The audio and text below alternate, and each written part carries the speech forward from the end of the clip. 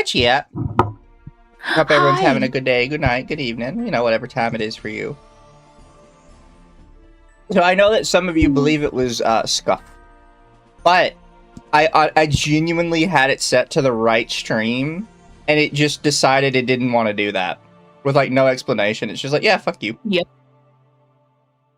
Really quick, thank you, Internet Zen, for the early 20. Says, all I'm saying, chat, is I clicked because of the content, not the massive plots behind the adorably angry Puddle and Chibi Deer.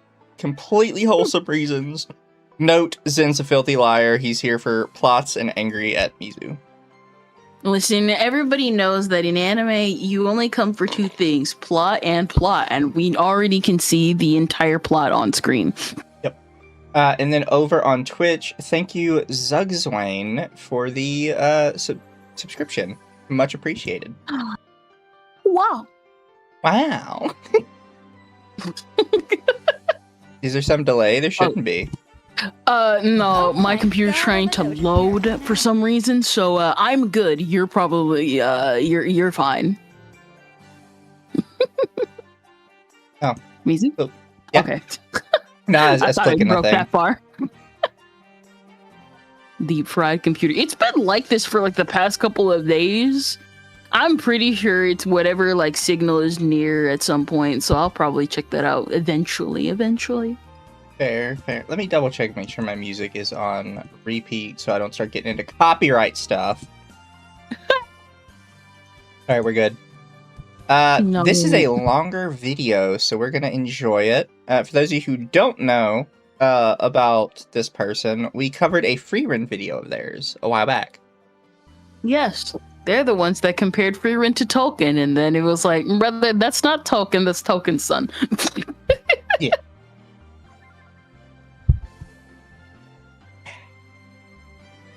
But let's see where it goes. Yep. Fan service.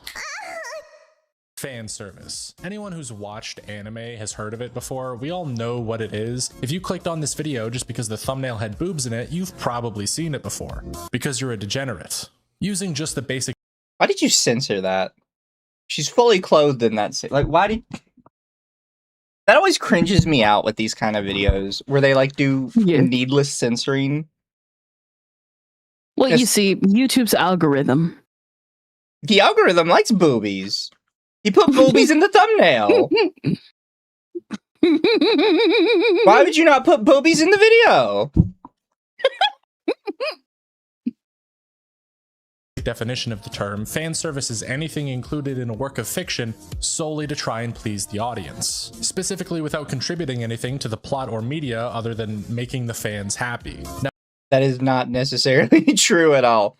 See, this sometimes I don't understand why people can always they always add or take away stuff from the definition of fan service. Like, and they can't just, leave it where it is, right? Fan service is something done in service to the fans, done in service specifically for the fans, that doesn't necessarily have plot relevance. Not doesn't have plot relevance, doesn't necessarily have plot relevance. Listen, Goku shouting the Kamehameha a billion times is fan service. He still had to use the attack on Frieza. That's fan service, and that's okay, because it looks cool. And then thank you, Archmagos, for the member for 6 months. It says, praise the dear god and puddle pirate. Why am I a pirate? Oh When did I become a pirate? You see, you're water, so it's okay. I'm not saying it's bad. I'm just, I don't know when I became a pirate. It's the hat. It's the hat. Fair. Now, there are many different ways this can show up. It would be impossible for you to have consumed media before without seeing some form of fan service. It might be a cameo or reference in a movie, a character getting more screen time because of their popularity, a gratuitous action scene, or a horror movie with tons of gore. Even an encore at a concert would broadly be considered fan service. But by far, the most common form of fan service is the sexual kind. And I would say even... So, I would actually argue openly against this. The sexual kind is the one that most of you see because it's very blatant. It's, it's titties. That's fan service. But when, like, in Gundam, when they get in a giant mecha battle, that's fan service. The action is fan service. Like, and we talk about Fire Force, right? Fire Force has the one girl that is fan service. Just so we're clear, the one girl. But all of those fight scenes they're constantly getting in, those are fan service. Yep. It's just you guys don't really know what fan service is, so you just assume, that it has to be sex. Like, yeah, it can appeal to you. That's how demographics work, but it's like, that's not how it is always, dude. And then Artemis says, I hate that the couch takes so much screen space. Him with his casting couch over here. Oh my gosh. And thank you, Internet Zen says, you're a degenerate. Oh, look, the safe edgy idiot is here. My brother in Christ. Swimsuits are not degenerate. You don't know degenerate. Insert Hellraiser's pinhead. We have such sights to show you. Oh my gosh.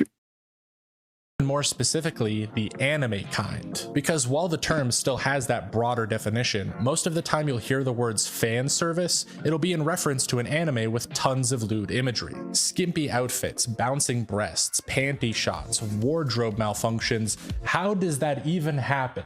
While media outside of anime and manga still include tons of sexual content, from shirtless dudes to bikini-clad women to the entire male cast of Game of Thrones penises, most of the time anime is still the only place you'll hear that sexualization referred to as fan service. And this is all widely regarded as a negative to the medium. Many people hate it unconditionally, and most people have some complicated opinion about it, as you can even see from this poll I ran on my channel. I want to feel like he is on the side of fan service.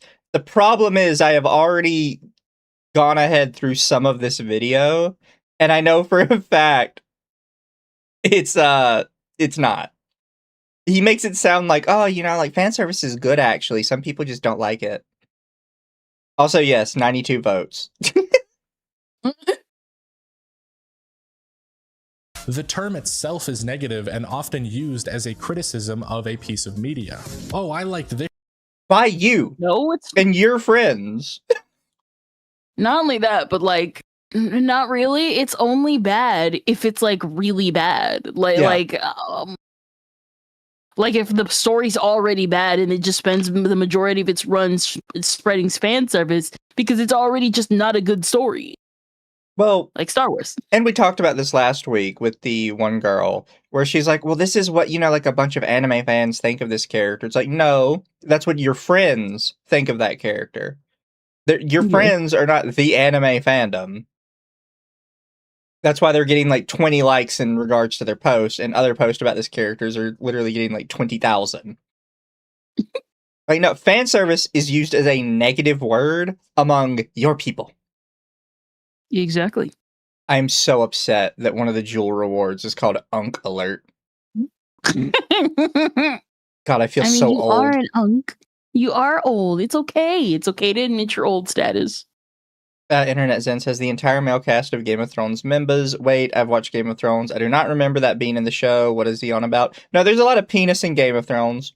I think your mind just naturally like blurred it out. But no, there's a lot of swinging dick in Game of Thrones. I mean, with the what is it? I ended up encountering like that one shot of so like my family, they ended up watching Game of Thrones for like the first time with a different family member, and the first thing I saw was like the whole context of the shame scene, and I'm like, oh, obviously this show wouldn't actually show the parts, and it's no, that's just straight up a penis. Yep. Can't show a vagina on TV, but you can show lots of dick. So much dick. I think this is the sexism they're talking about. Show, but it has too much fan service in it. So let's take a deep dive into the world of fan service. Where did it come from? Why is it so common despite being hated? And is there such thing as good fan service? See, I'm excited about this first part because he decided that he's gonna do the history of fan service.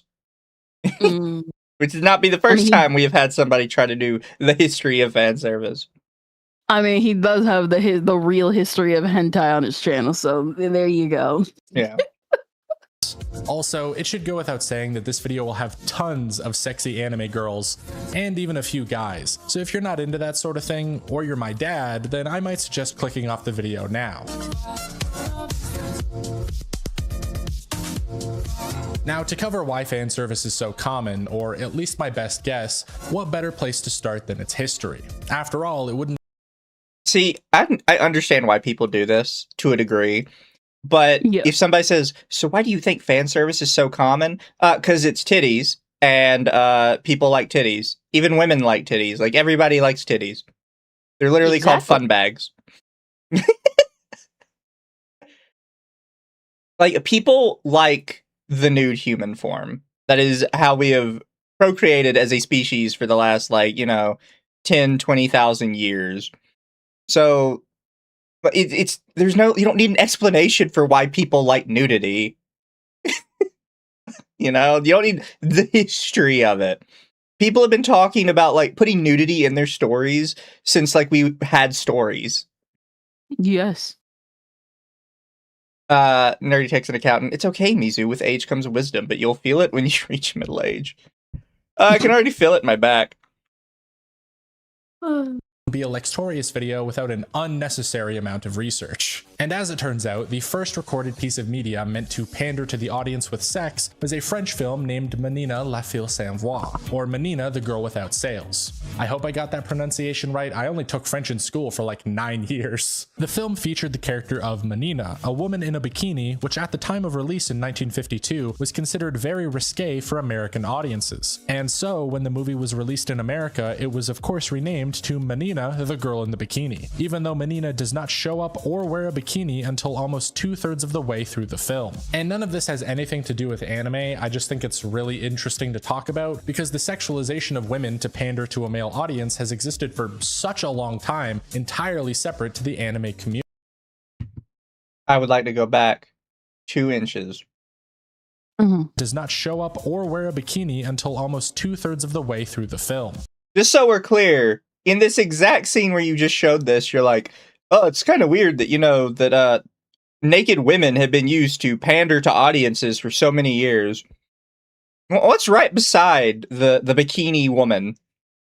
There's a little bit to the left. There's something else there that is not a woman that I also believe is possibly being sexualized. I could understand what he's getting at with, technically they could have named it whatever, the bikini and the guy she was with, but it's at the end of the day, when you pick up the movie, it's going to be about 2 people who are naked by 2/3 of the movie. Yeah. It's always this thing they sexualized women in media for so long. Yeah, they sexualized men for so long too. Shut the fuck up. It's just different. Because women have boobies. And none of this has anything to do with anime. I just think it's really interesting to talk about because the sexualization of women to pander to a male audience has existed for such a long time, entirely separate to the anime community. But the first ever anime to include pandering of the sexual variety was a little series called Cutie Honey. So I have to... It's not. Because we've talked about this multiple times at this point. Cutie Honey was not the first anime to include sexual fan service. It was just one of the first to focus so heavily on it. Yeah, I wouldn't say focus heavily on it, but it was definitely having the first shonen female protagonist who established certain tropes. Yeah. It's just that she also was naked, and the manga was crazy. There's a lot of things that happen in Cutie Honey, and nudity is really low. It is not the first. I would argue that fucking Astro Boy had nude fan service in it to a degree in some spots. Yeah. I want you to keep it in mind. Was it? No, you continue. Sorry. It was literally the first, pretty much. Yep.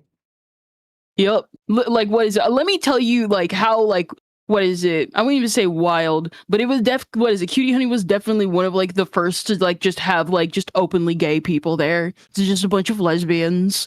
and Yeah. Cutie being bi. So and then also having her her best friend girlfriend get killed to death. Killed to death. Heard it here first, Exactly. folks. Don't forget, chat. People die when they are killed. That will forever be one of the best fucking translations in human history. But people die when they are killed. Okay, buddy. Didn't know that one.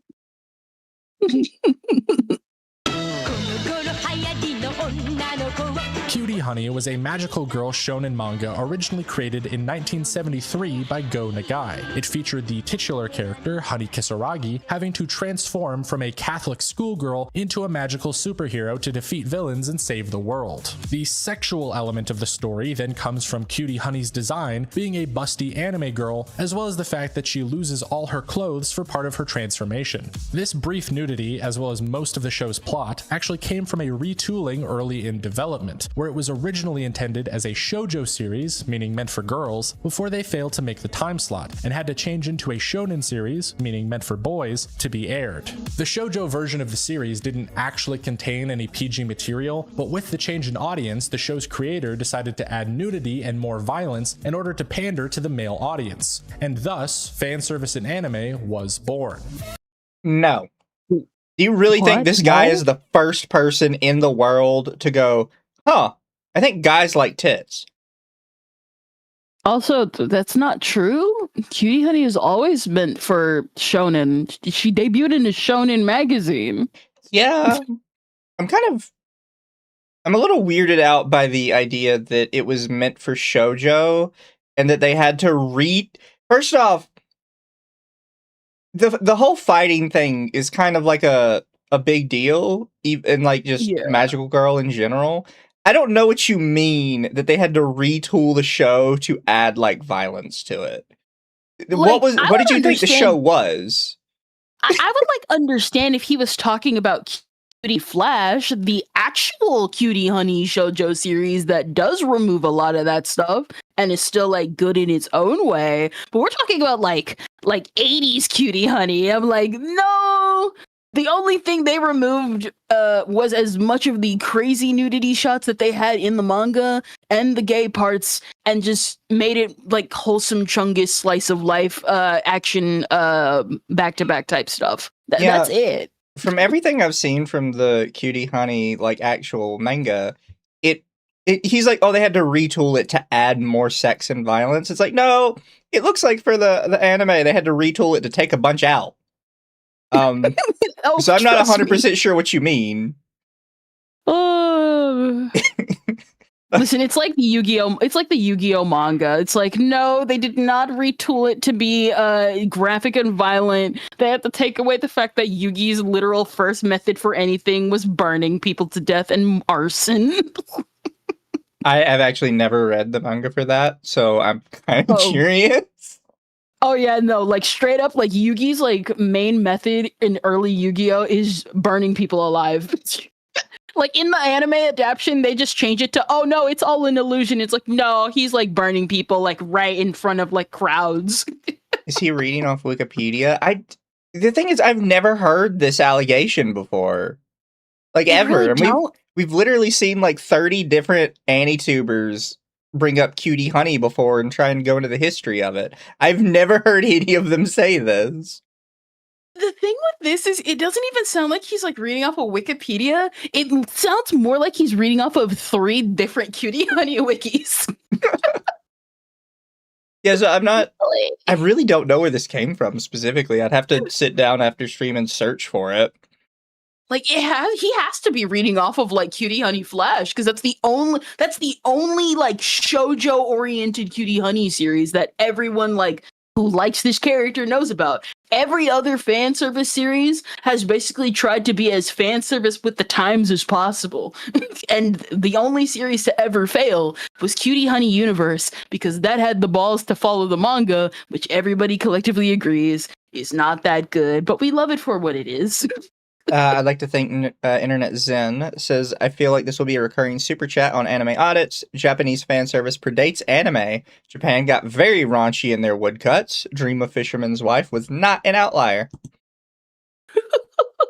Yeah, Listen, Dream of Fisherman's Wife wasn't an outlier. I think the only thing people normally say that it specifically did was kind of cause the tentacle craze. Yeah. Or at least lead into it. Yeah. I unironically want like an actual woodcut of that. Like to hang on my wall. Of course you would. Not like a shitty wall scroll or something. Like I want an actual like fucking woodcut of it. Which would probably be really expensive. It could be a recreation. It doesn't have to be like an original, you know what I mean? Yeah. And thank you, Nerdy Text and Accountant.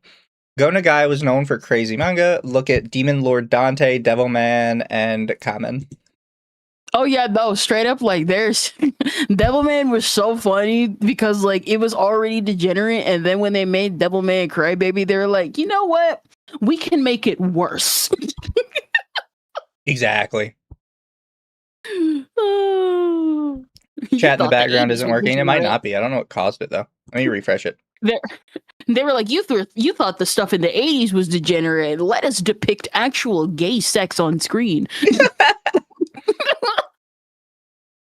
It's on Netflix. We can get away with it.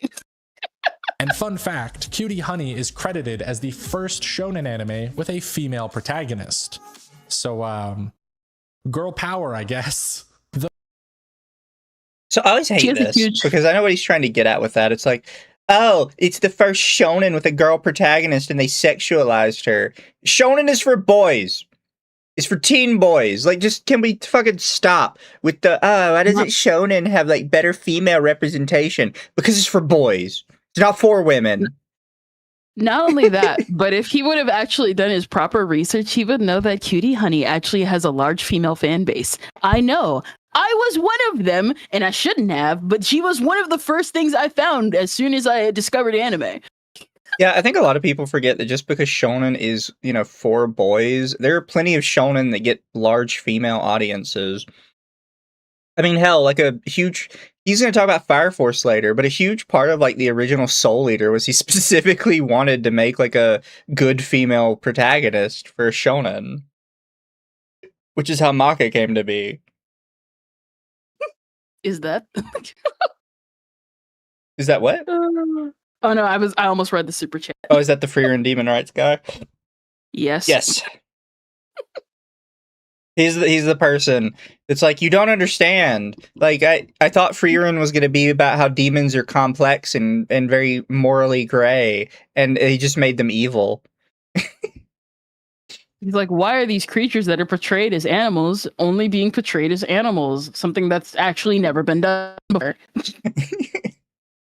So Cutie Honey did end up becoming a very popular franchise. Through the years, the show had its original anime spawn tons of spin-offs and sequels, including a live-action movie and tie-in show directed by Hideaki Anno, creator of Neon Genesis Evangelion. And let's actually talk about Anno.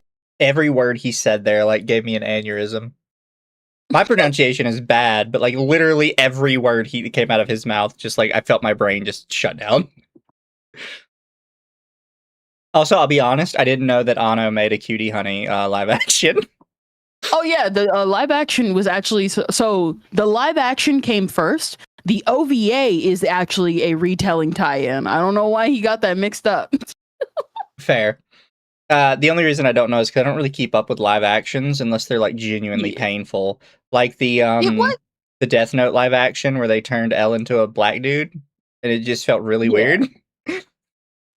What is it? Like, it's your typical, like, tokusatsu, like, campiness. It's like, I need to watch it myself because I got in through the, like, OVA series. Because the but do we see Kitty is the OVA series. I'm assuming not. Not as much, no. But you do see some really cool effects. Fair.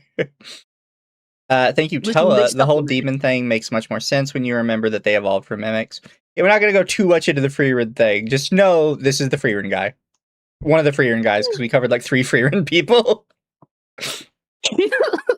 Freerun was like a one-shot to Anitubers. Like, it absolutely exposed so many of them as being idiots. And it's not even the heart of a series, especially when they just straight up tell you what's going on. Like, this is literally like actual talk no jutsu, the anime, and people complained about that for years. And the moment they get it, they're like, why can't I understand this? It's like they just told you how everything works, and you're like, but I thought they were lying to me. Why did you think they were lying to you? They said it in their internal monologue. Who were they lying to? What are you talking about? Series. Like, people have been analyzing shonen for so long that when a series actually just straight up tells them, they're like, I can't believe, what is this archaic language you're telling me? Words? What? Where's the lore in this? Actually being straightforward? I don't understand. Where's the ARG?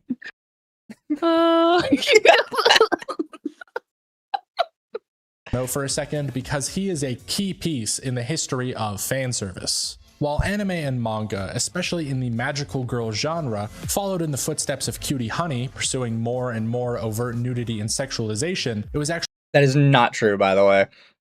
Yeah. I think what he's mistaking is a lot of magical girl transformations have them be like sort of a nude form, but that's not like overt sexualization. That's why most of the time they're like pure white and you can't see any parts.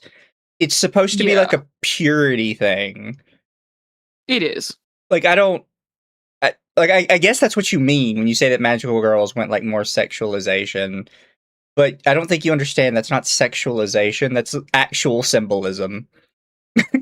Not only that, but like, again, if he would have done his research, literally Gona Guy has said in an interview, I don't know what I did differently than all of my other contemporaries because I wasn't the first to do it. Yeah. There's literally one manga out there, I don't remember the name of it, that literally was everything that people think Gona Guy was, and by the end, they just killed everyone. actually Anno's studio Gainax that further pushed the envelope. Because before Gainax was officially created in 19— So I'm curious, by the way, is YouTube like auto dubbing really that bad that it mistakes Gainax for GYX? Because it's put GYX twice in the auto dubber. I'm not kidding when I say this. I remember playing like an instrumental like rhythm game song, and it just kept saying here, here, here every time audio distorted, and I'm just like, there's no lyrics here. What are you talking about? Studio GYX. Yeah, it's a good name for a studio. I'm gonna steal that. But I am keeping the YouTube dubs up because it does help some people that have like hard hearing. Yeah. Just know sometimes it's a little wrong. 1984, the founders actually started off creating— Okay, 1984. You can't hear that date anymore. And be normal about it.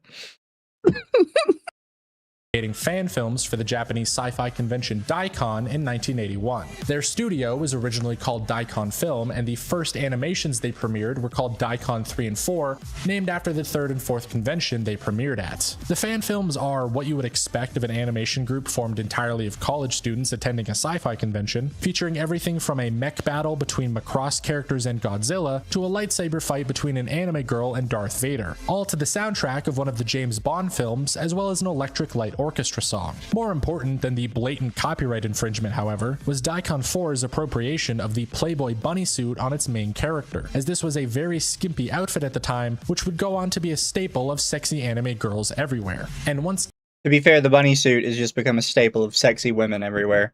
Because it was the Playboy bunny suit. It's famous. Also just, what do you mean appropriate?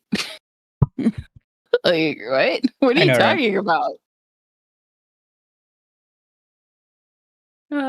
Gainax officially formed from the members of Daikon Film, they would take the sexualization to all of their future works. The first major influence of Gainax was actually Hideaki Anno's directorial debut, Gunbuster, in 1988.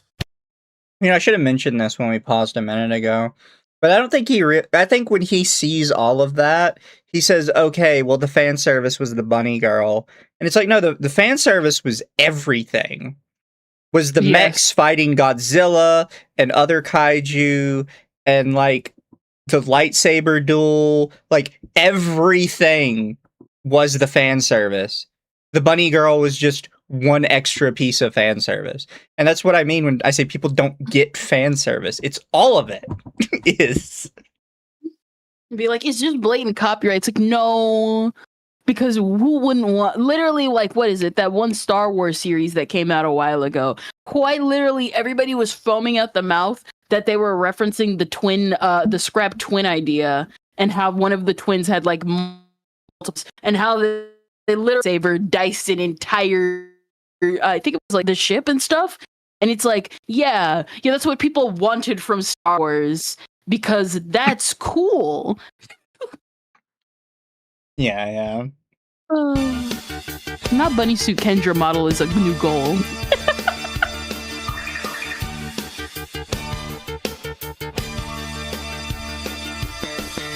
The mecha anime was an OVA, meaning it didn't air on television, and was thus allowed to show more nudity and adult themes, primarily through its multiple bathing scenes and ridiculous jiggling. The jiggle was actually so prominent in Gunbuster that it inspired the term gynaxing or gynax bounce in order to describe over-the-top anime boob bouncing, typically with each breast moving independently of one another.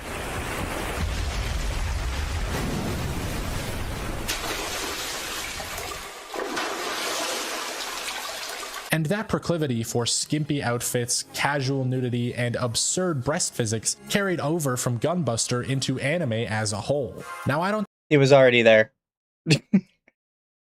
This is, I would argue this is a culture one, right? And it's weird because he should know this, because he brought up the French film where he's like, and back in the day, a girl wearing bikini was very scandalous. Yeah, over time, the outfits got skimpier because we as a society decided that, the outfits that existed previously weren't actually skimpy. And, like, it's changed over the years what we consider to be, like, too revealing. Also, this guy does realize that breasts do move independently, right? They doesn't. You've been around enough women to know that. Because they do. They do that. I've unironically seen there are a bunch of guys that whenever they see two breasts move independently of each other, they genuinely can't understand it. And they're like, no, breasts have to move at the same time because they're like, they're connected to the same body. Like, that's the only reason why breasts, quote unquote, move. What is it? Like, the only reason why breasts moved, quote unquote, in the same, at the same time is because you're wearing a bra. Yeah. And if you're wearing a bad bra, then they are not going to move. They're not going to move in sync. Or I guess a swimsuit, because some swimsuits have support, some don't. Yeah. Wolfsbane, new anime, Bunny Suit Kendra can't be this cute. We'll get art of it later. And then Artemis, guys, did you know anime invented gravity and physics? I think Gynax was solely responsible for the popularity of fan service, the same way I don't think Cutie Honey was, but considering they had an entire term invented to describe how they animated breasts, it's pretty obvious they had a major effect. No effect so major as possibly coining the term, though. Yes, that's right, on top of pioneering anime bunny girls and bouncing anime boobs, the first usage of the term fan service to describe sexual pandering was in 1991's Otaku no Video, produced by none other than Gynax themselves. Now, I will say it is highly unlikely to be the actual invention of the term, because for as much research as I did online, I can't seem to find that information anywhere. Because it has been used for millennia. We've known what it was. The problem is he's trying to find a source for one specific topic, not realizing that it's for 50 other things that exist in life outside of anime. Yeah. It's also one of those things, it doesn't actually matter, right? Now, if there was a concrete specific source, you could maybe argue that this whole section is important to talk about. But the fact that as you're doing this entire section, you're like, technically there's actually no like concrete information on where this started. Okay, then cut it out. All of this is irrelevant because you don't actually have the information. Yeah. And then thank you, Internet Zen. Appropriate Lextorias, my guy, buddy, bro, my dude. I know Hugh Hefner and Playboy was likely before your time, but the dude knew Asian women existed. Bunny suits existed over in Japan for decades. Yeah. Yeah, he kind of said it as if like the bunny suit was exclusive to the Playboy mansion and never left it. Not only that, but it's so weird where people just like, you do realize that like this stuff existed before even like drawings were a thing, right? Yeah. Like drawings are not the end all be all. Just because you stop depicting it in media does not mean it just stops existing, because humanity's kind of messed up like that. Yeah. Something about technology existing 94 or whatever.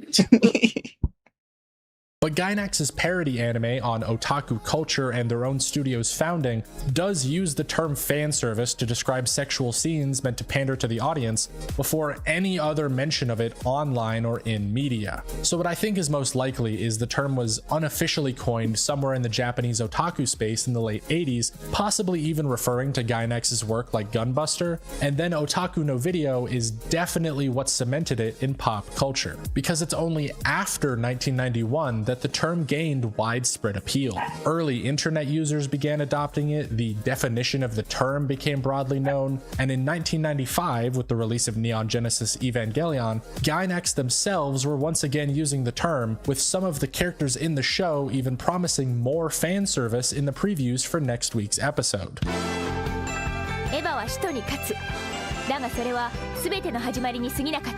Okay, it's all in Japanese and not subtitled, but I promise they say it.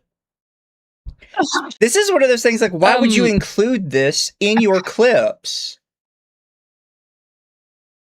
Not only that, again, if you were a better researcher, you would have more people help you with this type of thing so that you can confirm it. Like, are you just looking on like English Google or whatever for like your sources? Because some of this stuff might be like will help you if you like translate a lot of it and then just take it to somebody who can translate it properly. That's all I'm saying. Yeah. It's not even just that he doesn't know it for sure. It's that you showed a clip and you're just like, trust me, bro. Don't show the clip then. If you don't have it, you know? Which is incredibly funny when you consider just how critically acclaimed Evangelion is. That this deep exploration of trauma, religion, and the human psyche starts. It has literally nothing to do with religion. I fucking hate when people say that. Religion, no effect on Eva. Never has. He used it because it looked really cool. And if you were actually, in any religion at all, a lot of people who grow up in the religion just kind of come to the agreement of, yeah, it kind of looks really, really cool. Yeah. Started off as a mech show with girls in latex suits made by the Jiggling Boobs guys.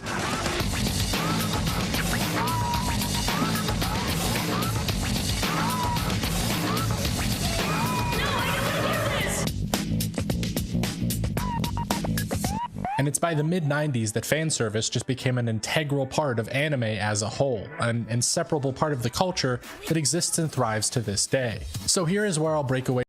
This is kind of a problem that I see in a lot of these videos, is a lot of people mistake anime popular in West for this is what happened to anime in Japan. No, anime in Japan already had plenty of fan service. I don't know what you're talking about. What you're talking about is anime was starting to come over to the West. Also, he's like also leaving out the fact that Shinji and I'm pretty sure like maybe Kaoru were also in skin tight suits. I've seen more people. I've seen equal fans of who have been like fans of like Kaoru and Shinji, and on par with Asuka and like Rei and stuff. So it's like technically, if we're really going to attribute stuff falsely, did Evangelion popularize yaoi in the otaku youth? Yeah. Does this goober really think Shinji has a come to Jesus moment as opposed to his come to Asuka moment? And thank you, Internet. Zen has nothing to do with religion. Out of all the anime used Christianity, Christian folklore as inspiration and themes, Ava was not one of them. Yeah, no, Ava just used religious symbolism. They didn't actually use like any like text. They just use like crosses are really cool. The angel, like the idea of like biblically accurate angel is really badass. Yeah. From the timeline a bit to explore the question of why. Why is fan service so popular? Why? Because guys like titties. This video doesn't need to exist. Guys like titties. The girls are cute. You have a favorite best girl that falls into a specific archetype that you like. It's really not that hard. Why did it continue to grow from 1998 to where it is today? 俺が測るんですか当たり前じゃん。割と難易度高いんだって。だから五条くんがしてよ。 All right, next question.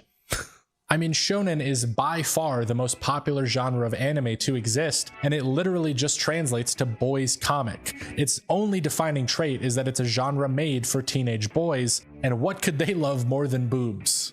Well, how about today's sponsor, NordVPN? I'm just... Okay, good. It's an actual sponsorship.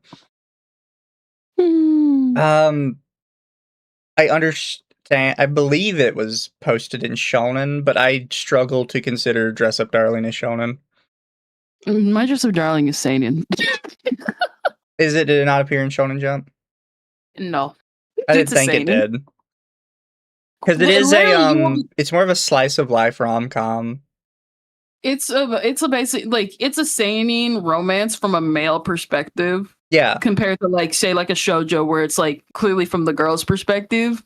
But you can also tell it's a romance from a, like, seinen because they tackle mature themes that aren't just, I want to be the very best that I can be. And, like, man, I desire to do my dreams. Yeah. You know, stuff like Jellyfish Princess. Okay, I get where you get the thought from, because, like, yeah, Marin's hot, and yeah, the cosplay is hot, but do you really think her being hot is enough to keep teenage boys, like, attention? Because that's all that would be the only thing going for them in Dress Up Darling. Because everything else is rom-com romance. It also, I think it's really funny because, like, my Dress Up Darling isn't even aimed at teenagers. Yeah. Like maybe 18, 19, but like 18, 19, and anyone in their 20s because it's a young adult flick. I don't understand why he would use My Dress Up Darling and not literally anything else in Shonen Jump, because there's no, like... Because titties mean shonen. Yeah, but there's, like, all kinds of titties in Shonen. You could have picked anything. You could have used Bulma. True. Thank you, Internet Zen. Has nothing to... Oh, I already read that one. The other one, the laziest knife ear hater. Fucking YouTube is forcing me to censor myself, and I hate it. Have money, Puddle. Thank you for the donation. Oh, he didn't use Fire Force because Fire Force comes later. I don't mean to spoil that. And he didn't use Chainsaw Man because Chainsaw Man has realistic body types. Yep. Nobody sponsored me yet. That would have been a sick transition, though, you got to admit. No, it wouldn't have. I have no idea what that has to do with VPNs. Ever since the Cutie Honey anime transitioned from a shoujo time slot to a shonen time slot and decided that nude power-ups would be exciting, it was game over. If your primary market is teenage boys, of course you're going to push the envelope into softcore porn territory as hard and fast as possible. I would not qualify this as softcore porn. You are like absolutely a virgin, my dude. And even if you were gonna use softcore porn as like an argument, why are you not using the love hotel scene and not her trying the bikini scene? Did you just go to like a beach and be like, God, what is all this pornography? It's literally free money. especially when the majority of Japan's young men are overworked and single, with 50% of Japanese males at age 20 saying they never had a girlfriend. Needless to say, there is a massive audience in Japan of young men who desire sexual content, and animation studios are more than willing to cater to them. And that might be the biggest reason why fan service is so prominent in anime. While a lot of countries are just as open about sexuality and nudity in television, very few have the specific lonely male youth problem that Japan has. So this is only technically true in that Japan has a worse go of it. However, across the world, like, a lot of people are just not getting in relationships anymore. It is genuinely a worldwide phenomenon. And I think a lot of people don't know that. They kind of just mindlessly attribute it to Japan. But Japan is just sort of like a little bit worse about it. But no, every country's experiencing it. Yeah. Well, you see, they have the cartoons, so that means they're mentally unstable. Unlike Yes. me and my 50 cats. Plus, countries like the US are just so incredibly behind when it comes to openness for sexual content. You've got things like the Hays Code from 1934 to 1967, which banned nudity, suggestive clothing, and scenes of passion not integral to the plot, as well as massive pressure from religious groups to boycott. I'm going to get into the Hays Code. The Hays Code is a long fucking story. The fact that you're bringing up something from the 1960s, though, is kind of cringe. Any media that didn't uphold those good old-fashioned values on which we used to rely. That's such a fucking stupid line. I hate that line. Which all leads to America being effectively 30 years behind every other country when it comes to sexual content. And fun fact, while we don't have as much on TV, we literally are one of the few countries that have completely uncensored pornography. So, like, I understand what you're trying to go with, because, like, other countries are like, oh, we can have, like, just open titties on TV all the time. That's fine. We're one of the only countries that have completely unrestricted, uncensored pornography. Like, as long as you don't do something illegal, it's fine. Even in other countries, like, that allow it uncensored, they have all kinds of rules about, like, well, you can't look like, you know, that one side might not be consenting, like, even if it's, like, both sides have, like, signed a waiver or something. It can't look like it. It can't look like somebody's hitting someone. It can't look like this. It can't look like that. Like, it's so stupid. still struggling to catch up. We don't talk about France, chat. France can keep whatever the shit they're doing. This is a large reason why cartoons in the West still market themselves towards children, whereas anime in Japan markets to 15 to 25-year-olds and has no problem showing them titties. No, cartoons in the West are that way because people in the West, or like the business owners in the West, are stupid, and they genuinely can't figure out how to make a cartoon that is for like a middle age group. There are plenty of animators that have done it. There have been plenty of American cartoons that have appealed to the same age demographic as anime, if not a little older. But they just aren't allowed to exist. Aren't allowed to do their budget. If it does go over their budget, send that sucker to Korea. Also, thank you for the raid, Arden. It's much appreciated. Thank you for the for the 10 joules, laziest knife ear hater.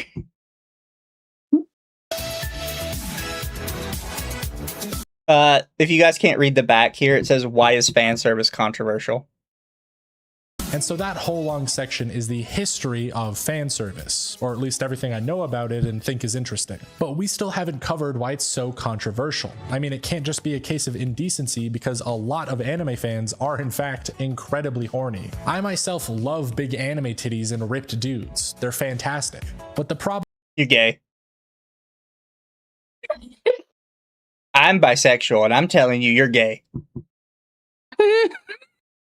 lies more in how that sexuality is executed within the show. Referring back to the poll I ran, only 2% of people enjoyed fan service in all circumstances. 35% enjoyed it when it fit the show or wasn't intrusive, and 23% enjoyed it in select shows. So a combined 58% majority of people said that they enjoyed fan service in Again, it was 92 votes. It was under 100. Yeah.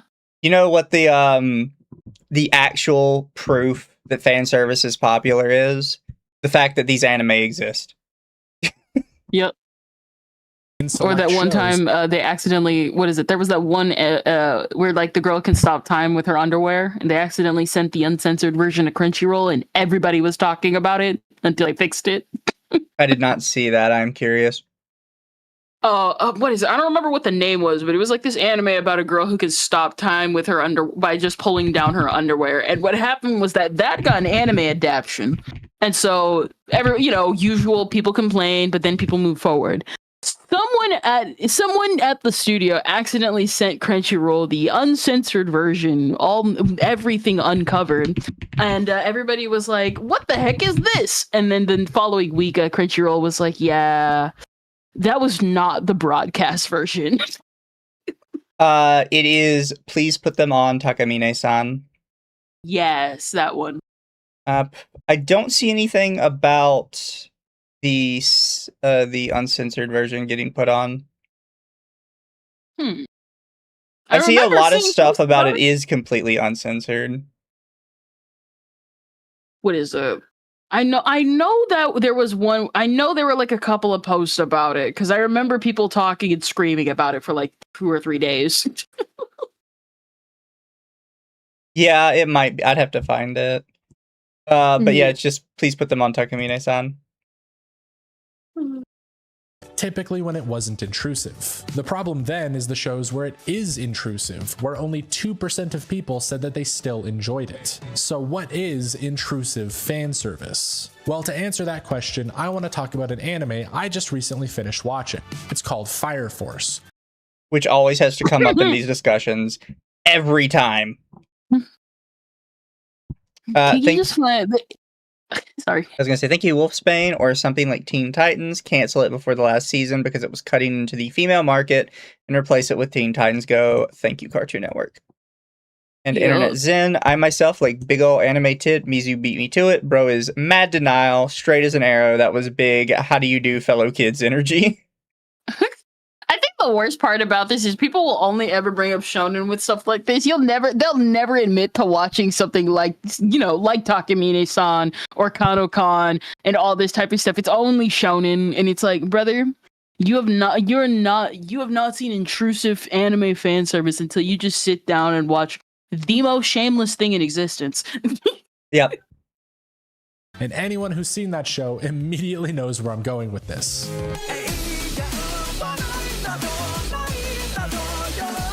I'm unironically going to get copyright claimed for that, and that's not even the original song. Because that company is like such a bitch with that stuff.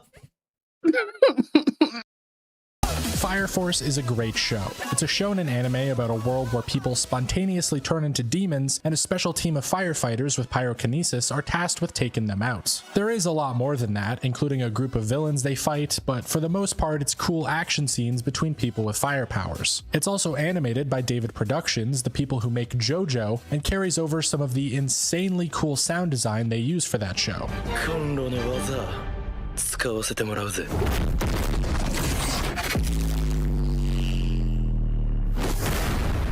I hate to inform you, that is actually a pretty common stock sound effect at this point. It is. I still like it. Oh no, I love the wub. The wub is great. But it is very, very common sound effect. The JoJo people did not invent that. That sound effect is so common, I would argue it's on par with the Wilhelm scream. Yes. However, there is a character in Fire Force called Tamaki. She's pretty cool, she's got fire cat powers, and it took me 6 episodes to realize that her and another character just named Maki were 2 different people. But how did you not know? Far Far and away, the most important thing about Tamaki to both this video and her inclusion in the show is that she has a special ability called the Lucky Lecher Lure, which I believe is meant to be a play on words in Japanese that got roughly translated into English and basically means lucky pervert syndrome. In other words, she has a canonical power in the show acknowledged by other characters that puts her into lewd situations through bad luck. Here's an example of that. ちょっとだけでいいんです。てめえ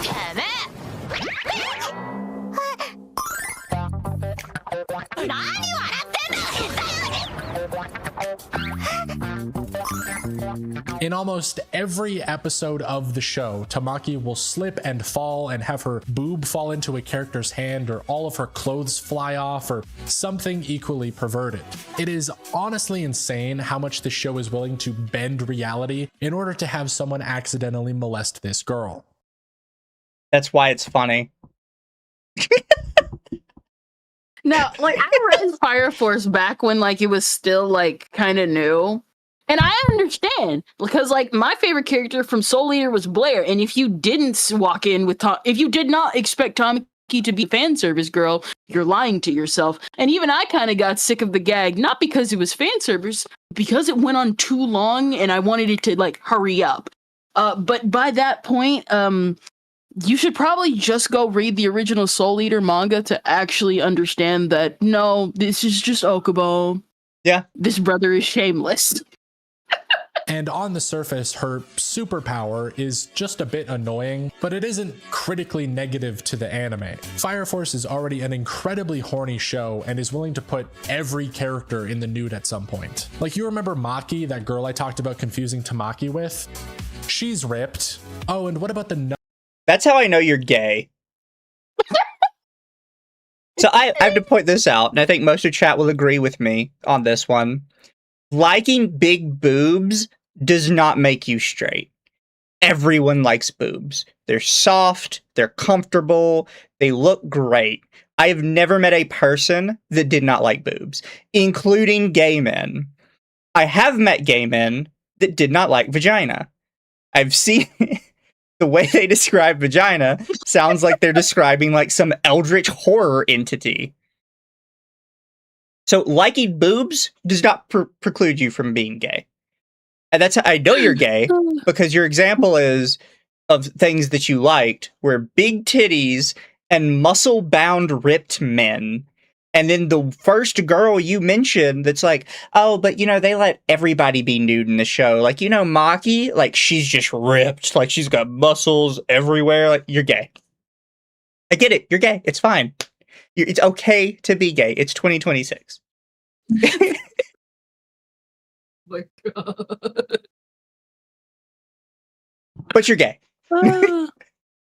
Thank you, Internet Zen. Someone needs to show the guy Yaoi shows like Descent into Darkness.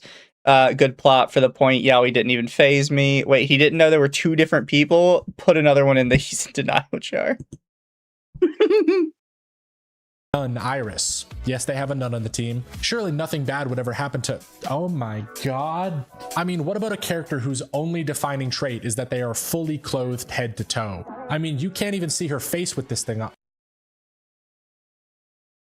If somebody is fully clothed head to toe, and the joke is that nobody knows what they look like, at some point they're going to be naked. That is like Chekhov's gun of fan service. And again, if you were aware of Soul Eater, you would know that this guy is shameless. He's never going to hide it. He literally ended the series with the madness of boobs and gave every character who participated in a boob fetish. Yep. Chekhov's undress.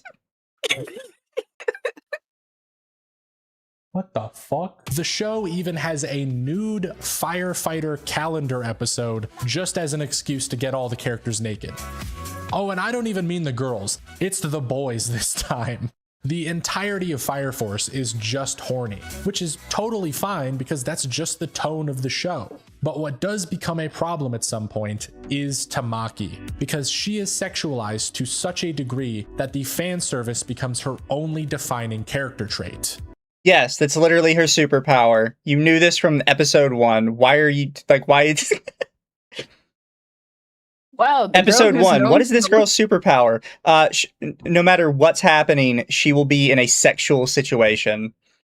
And he's like, oh, it's so annoying. Like, her only the only character trait she has is that she gets in sexual situations. Yes! That's her power!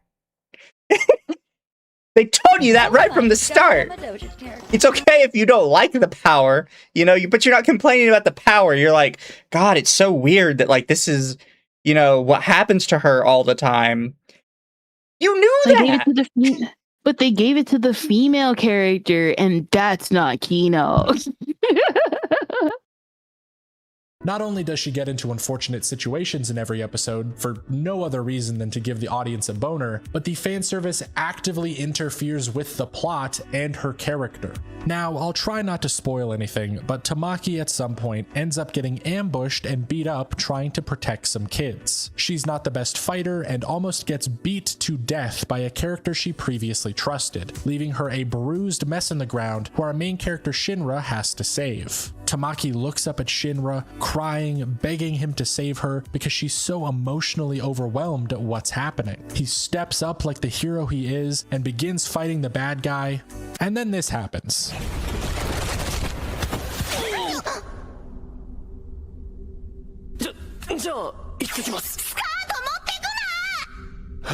Alright, well that just deflated every ounce of tension in the scene. And The tension's already gone. So, once he has entered the room and he is doing the badass hero thing, all of the emotional tension is supposed to already be gone. Yeah. This has about as much, like, I'm going to say it like this. There is no difference between what Shinra did with the scene and then stumbling into Tamaki's boobs. Then that time during the Boo saga with Goku, how literally they are being told Boo is going to be summoned, please do not do the stupid thing. And then suddenly Goku and Vegeta and Gohan are like, rock, paper, scissors, who's going to take him out first? Yeah. But, like, he needs to understand that the tension is already paid off as soon as the hero shows up.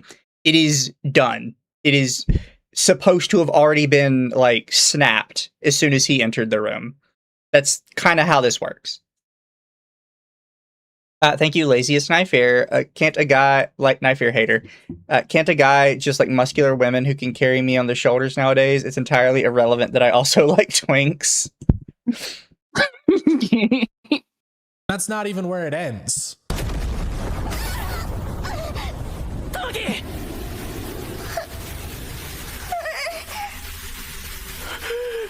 Dude, what the fuck? What am I supposed to be feeling right now? Seriously. Because when you strategically burn all of her clothes off and have her do her cute little cat pose, I legitimately think you want me to feel horny looking at a character who was almost just beaten to death.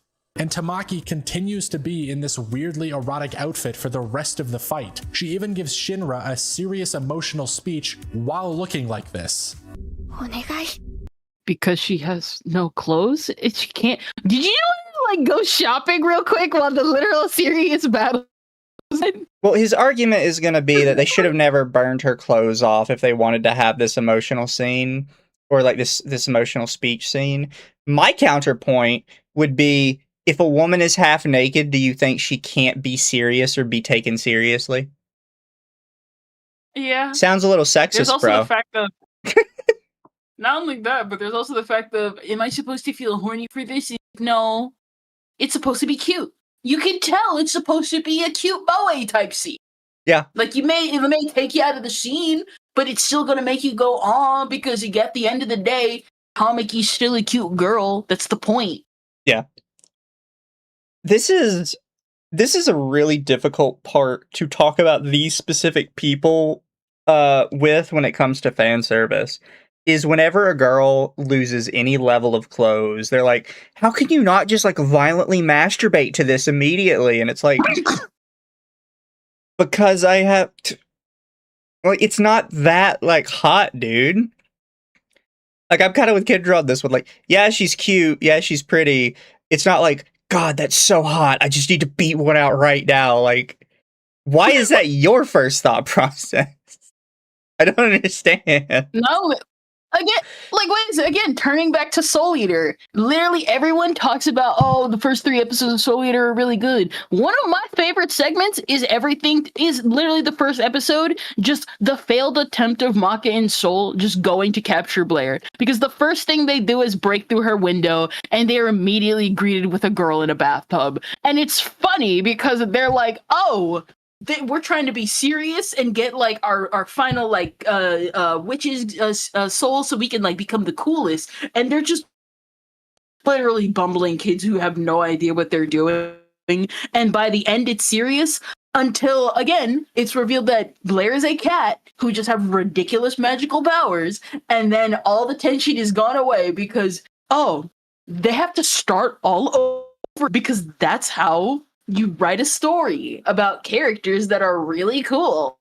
I've always wondered, because it's confirmed that Blair isn't a witch when everything gets reset. Are the Mizune sisters witches? Because they do show up to the witch, or one of them at least shows up to the witch's mass. Is she just like there as a +1, or is she like an actual witch? So, like, for what we know, most are witches. The only one that we know isn't a witcher. You cut out really bad. She's just stupid. What is it? Can you hear me right now? Yeah. All right. I'm not sure, but I do at least like most of them are just witches. Like it's just Blair being the outlier. That's kind of what I thought. And I'm assuming like there's other creatures. So I was wondering, like, if they killed one of the Mizune other, sisters, if it would have counted. Yeah. Most witches are animal themes. Instead, Blair is an animal with a magic theme. Yes, that's pretty much, yeah. I mean, I would argue some of the witches, like, they have familiars. I wouldn't argue they're, like, all animal themed. It's like, I think it's because, like, what is it? Like, you got one who's like a frog, you got the sisters who are all like, who's a snake, her sister who's a spider. Like, they all have, like, at least, like, some, like, animalistic type theme to them. Yeah, but I'd argue some of those is just Blair, more, like, her familiar. The actual animal in the room. It's like, while Medusa has the snakes, like, there's nothing else about her that is particularly snake-themed. It's just, like, her tattoos. I think a lot of it also has to do with body language too, for like a lot of them. So it depends. And what about the little girl that's with the samurai? I don't remember her having a particular theme, but I'd have to look her up again, I think. To be fair, I think she was just also meant to be the cute, innocent witch who is the outlier, kind of. Yeah. Well, I mean, she shows up to the witch's mask too. But I think that's more of a... I don't know, is that really a requirement? Because they talk about the witch's mask like other people just aren't showing up, not that they're dead. And only one of the Mizune sisters shows up. I think it depends. I unironically had so many questions about like how the world works in Soul Eater. Because I would constantly think about it when I was younger, because it was one of my favorite animes when I was little. What is it? Someone said that the kid apparently was chameleon themed. It might be. Because I always thought about the werewolf that stole the witch's eye. So, like, is the witch, like, half immortal now? Like, what's the level of immortality you get from one of the witch eyes? And does losing a witch eye mean you lose some level of immortality? Unironically, I had so many questions. That's what makes world building cool. Yeah. Yeah, one of the instructors becomes a zombie, and we kind of skim over the fact that they legit straight up kill him to turn him into a zombie. Yeah. I think it was that he fell the stairs and hit like a thing, because that they tell us that like immediately, and he's just a zombie for the rest of the series because Stein shenanigans. Thank you, Internet Zen. This MiG-15 would be seething about the places Miroko's hands went during Inuyasha, anime and manga. That horn dog would hit on anything. He even accidentally hit on Jakatsu. It's been a long ass time since I've seen Inuyasha. The whole thing with like Inuyasha, because people were actually complaining about this like a while ago, is like people were being like, oh no, because if you actually know the lore, Miroku is actually 15. Like most of the cast is teenagers and preteens. Drew them all older just because that's Rumiko's art style. Who cares? And then thank you, Toa. If it was in food terms, it'd be like these people say, well, you can have Omega hot wings or oatmeal. Nothing exists in between. True. Yup. Again, do you want me to take this seriously? Because remove the sexualization. Can you not take women seriously if they're not fully clothed? You sexist pig. Not only that, but as I'm taking her seriously because her sincere. If there's goofy music playing in the background, I'm not gonna sleep.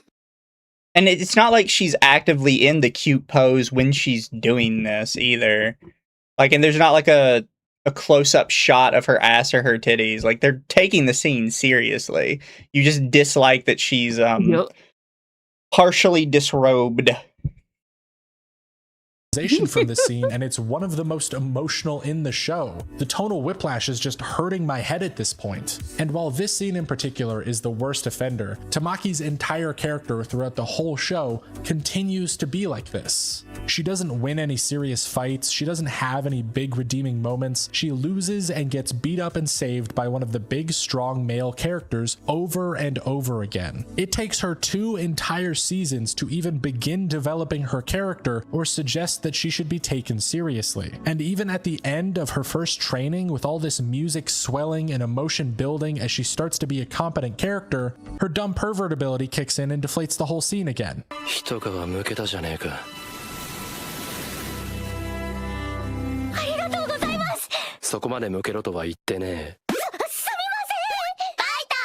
Tamaki is the... It's a good joke. Like, I don't...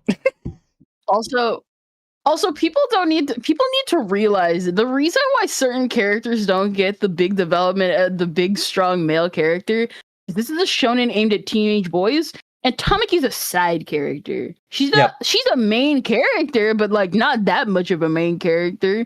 It's like complaining about Tien in Dragon Ball. He's done, guys. It's over. It's okay to like him. He's just never gonna have a big slot in the series ever again. Exactly.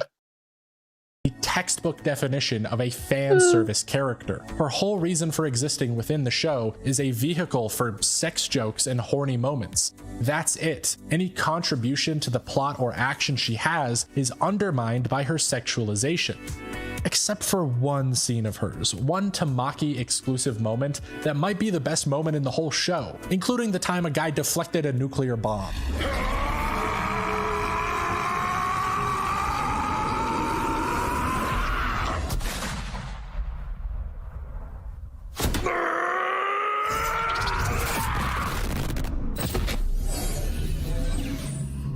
So to set up some context, the bad guys in Fire Force also have fire powers. Big shocker, I know. And during a confrontation against these bad guys in season 1, Tamaki and the nun Iris end up against a guy named Assault. Please don't ask why there's nuns in this show, you already know the answer to that. Assault is hyped up beforehand and shown to be an incredibly powerful character. He attacks the girls, nearly kills them, and then this happens.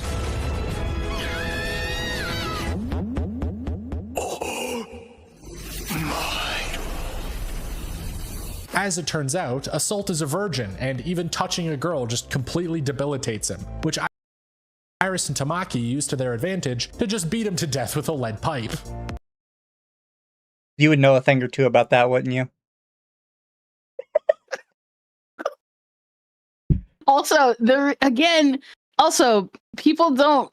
What is it? He's like, he's like, ignore the fact that there's nuns here. It's like, no, this is like established in episode 1, chapter 1, chapter 2. They're there to pray for the deceased. It's not that hard to describe. Yeah. Oh my god. I think But what's that is funny is funny. he says this with Assault. This literally happens to another guy in the series that specifically targets just Tamaki. And it happens to him like 3 fucking times in a row. So and each time he's like, your feminine wiles won't work on me this time. And then he sees a pair of her tits and just immediately he's out again. It's like, so you're saying like, oh, it's the one good Tamaki scene. She literally has this exact same scene multiple times with other guys. Well, you see, this one's action oriented, so that's the only reason it counts. It's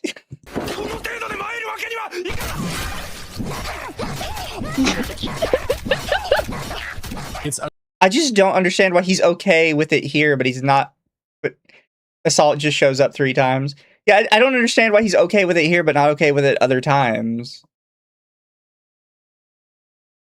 a great subversion of tropes, an incredibly funny scene, and it's not even the one I'm What's talking subversion? about. Because much later, near the end of season 2, Assault recovers from having his brains bashed out and challenges Tamaki to a rematch. And the show goes through his training arc, where he locks himself inside his room and watches porn for a month straight in order to get over his incredible horniness. They then have their rematch, and this happens. 下着のシワ肉感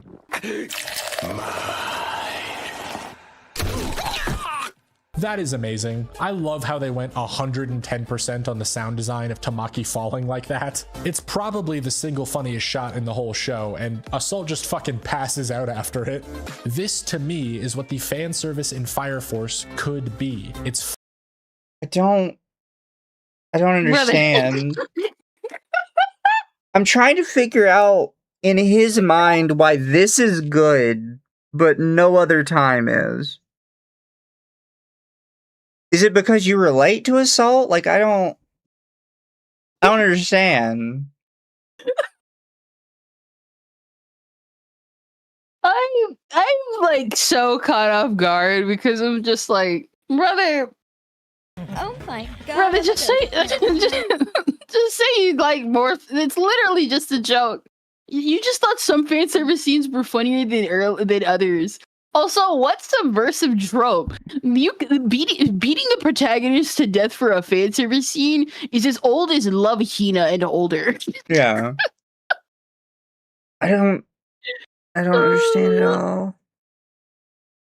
And like it literally wasn't a subversion of the trope, because Tamaki's whole thing is the sexualization.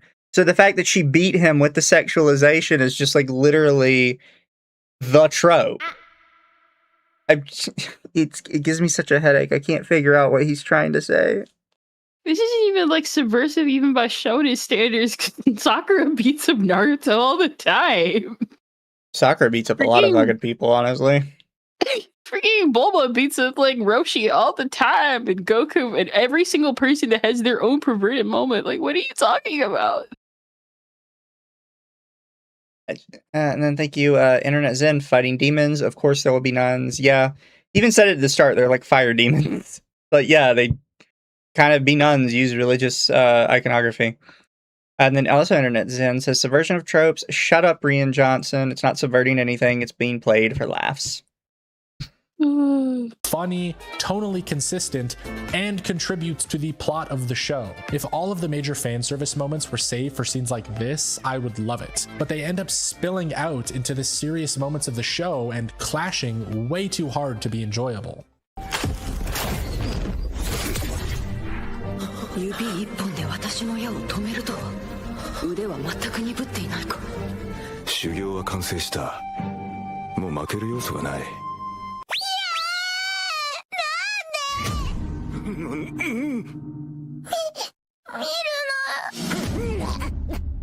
これは素人違う In the bigger picture, I don't think fan service itself is bad. While some people might object to it just on the basis of being too lewd, that isn't. Do you think we're going to go past Fire Force without talking about the episode?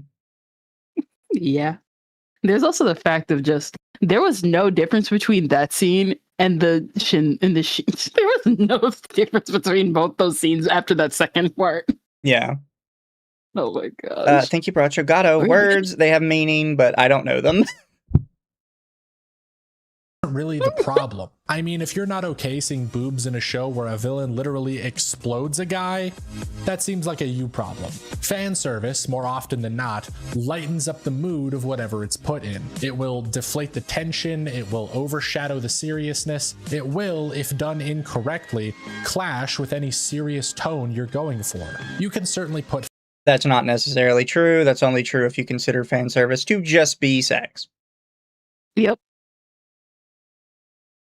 I don't think fan service will ever particularly make, well, I don't know. Maybe if you watch like horror content a lot, fan service might actually be like invoking horror in a person. But the feeling fan service invokes in you is going to depend on what your series is. For horror, it would be like recalling, say, like a character's backstory or a specific horror monster. Yeah. fan service like Fire Force's into comedic scenes because sex jokes work very well. You can put it into lighthearted scenes because it adds levity, but there are just some types of scenes that fan service like this should not be a part of. And the worst fan service elements in anime, the ones that turn people against it entirely, are when it's put into those types of scenes anyway. You'll have a dramatic or serious conversation. You guys just don't like the series, and that's something, like, none of you will actually sit down and admit to yourselves. Like, I actually really enjoyed most of Fire Force, just not this part of it. It's like, okay, then you didn't actually enjoy Fire Force.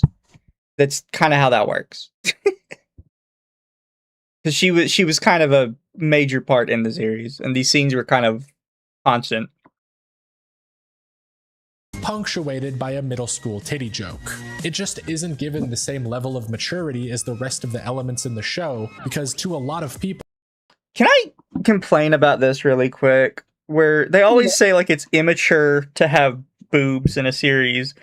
And it's like, when did nudity become, like, analogous with child in your head? Like... Yeah. That's all I can ever think about when they say this. It's like, don't you understand, guys? Nudity is for children. I'm more mature than that. And it's like, you really need to think about that. Like, you just really need to think about that. Well, you see, when I was a child, I typed in boob into my calculator. As I got older, I decided not to do that anymore. That's childish. So I started typing boobs in my calculator. Also, yes, he says middle school titty joke, but it's shonen. It's literally middle school programming.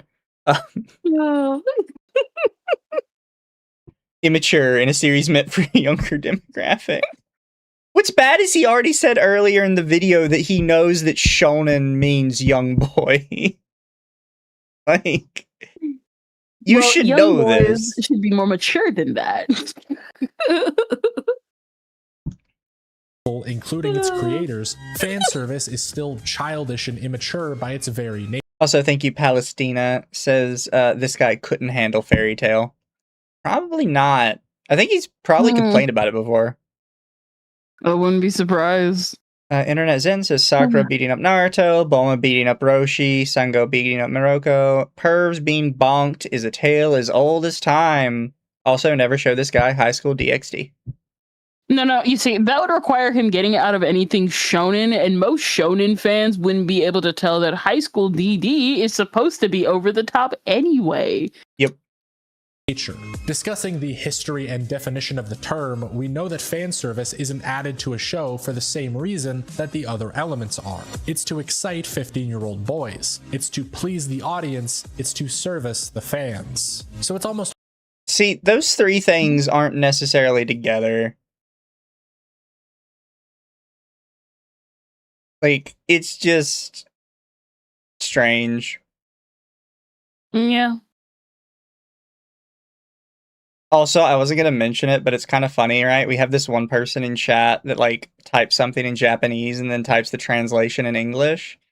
And he says, foreigners slandering other foreigners as tourists to make money is pathetic. I'm just like, okay, bro. Thumbs up, I guess. I don't even have to be the one to slander him. Fire Force did it. There's an entire episode like, yeah, if you don't like the fan service, get the fuck out. Always put in with way less thought than any other element of the show, and that just doesn't work. Again, I have no problem with Tamaki versus Salt because the whole premise is absurd, and I wouldn't have a problem with Tamaki's weird cat cry if they hadn't chose to be immature at a serious moment. Just keep her in her regular outfit, which is already very fan servicey. It just blends in better because it has reason to exist. Going off of that, you can have entire shows crammed full of fan service that are still done well because they know how to use it. Just look at Food Wars for an example of this. I'm actually always been very debatable on if the clothes explosion in Food Wars actually constitutes fan service. Because after a while, it feels more like it's just a trope of the series and less of like a actual fan service moment. You know what I mean? I think it's one of those cases of, yeah, it's a trope if you're familiar with anime, but if you're like watching like 2 of the 3 seasons in, you're just like, you're expecting it. Yeah. So it's just like, it's like, all right, this food is good in the series. This tells us how good the food is in the series. Because that's the gimmick now. That's the gimmick of the show because nobody's doing it like Food Wars. Yeah, Also, it's weird. Oh no, you continue. No, I was just gonna say it's one of those things. I don't necessarily count it as fan service. You continue with your also. Oh no, I was saying, you mentioned that guy earlier who was tweeting who was like writing in Japanese, who was writing in English, clearly going to Google Translate, and I like went back to the comments, and I just scrolled up, and he just posted the same message like 5 to 6 times. Yeah, for some reason he keeps telling me to like stop watching it, and I'm like, why are you still here watching this? Like, I don't. It's just weird. I don't understand what his idea is. Listen, we're supposed to audit the anime. It doesn't matter. Yeah, as long as I can crack as many jokes as possible. Food Wars is a He watches show. you for the fan entire service. Plot is a kid who's good at cooking goes to enter a competition to be the best cook. Standard anime plot. Pretty much just a shonen story, but with cooking battles instead of anime fights. But the entire appeal of the show is its fan service, because every time someone eats a good dish in Food Wars, well, this happens.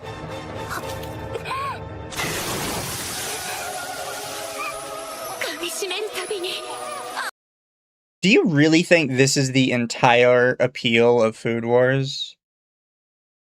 As someone who discovered this because of Food Wars, if you've actually like gone out of your way to read a lot of Japanese manga, there's just an entire subgenre of just food manga. Like, even of just cooking. Like, cooking anime and manga is like way more common than you think it is. And Food Wars, the only thing that separates it from most is just because it is a shonen service series. There's like others that just literally go into wine tasting, cooking, restaurant making, slice of lifeness. Like, that's just a whole other genre. If you don't like Food Wars because of its fan service, how about go to the 50 other like seinen series that actually have an adult cast just going around trying food? It's that hard. Yeah. Free. I don't like, do you really think the entire appeal of Food Wars is the very end of the episode and not everything else that they did to get there? It confuses me, you know?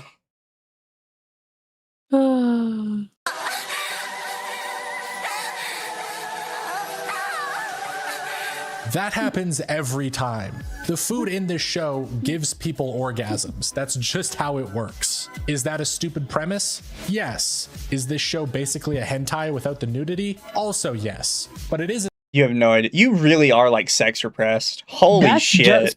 That's just ecchi. That's just ecchi, bro.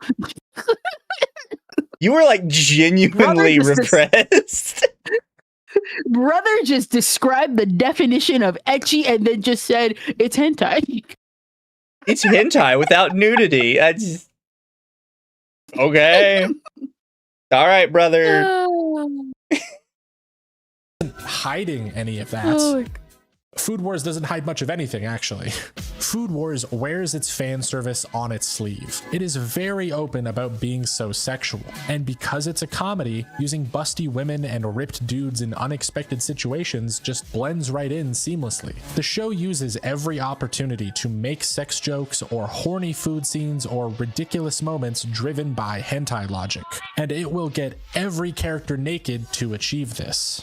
Girls have food orgasms, guys have food orgasms, the main character has food orgasms, old men have food orgasms. The mechanic is treated entirely equally, which makes it even funnier when it happens to someone unexpected, not just all the hot girls. This equality also dissuades any idea that any specific character just exists for their sexiness. When every character on the show is sexualized, then none of them have to exist purely for eye candy. what are you talking about? What are you talking about? You're so dumb. He's so stupid. Food. It's the food, bro. Hot food, hot women, hot men. You literally just described you. He's so weird about this. I don't like being mean. I can't be mean. I really don't want.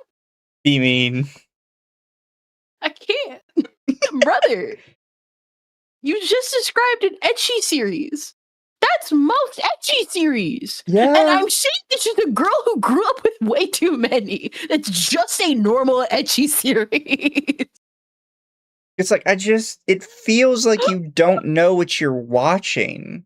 Like, you genuinely don't know what these series are supposed to be. Because you're like, oh, Fire Force feels very immature, like it was made for middle schoolers or something. It was. Oh, everybody gets sexualized in Food Wars. It almost feels like that's the point of it. Because it is. Like, I don't... Oh my god.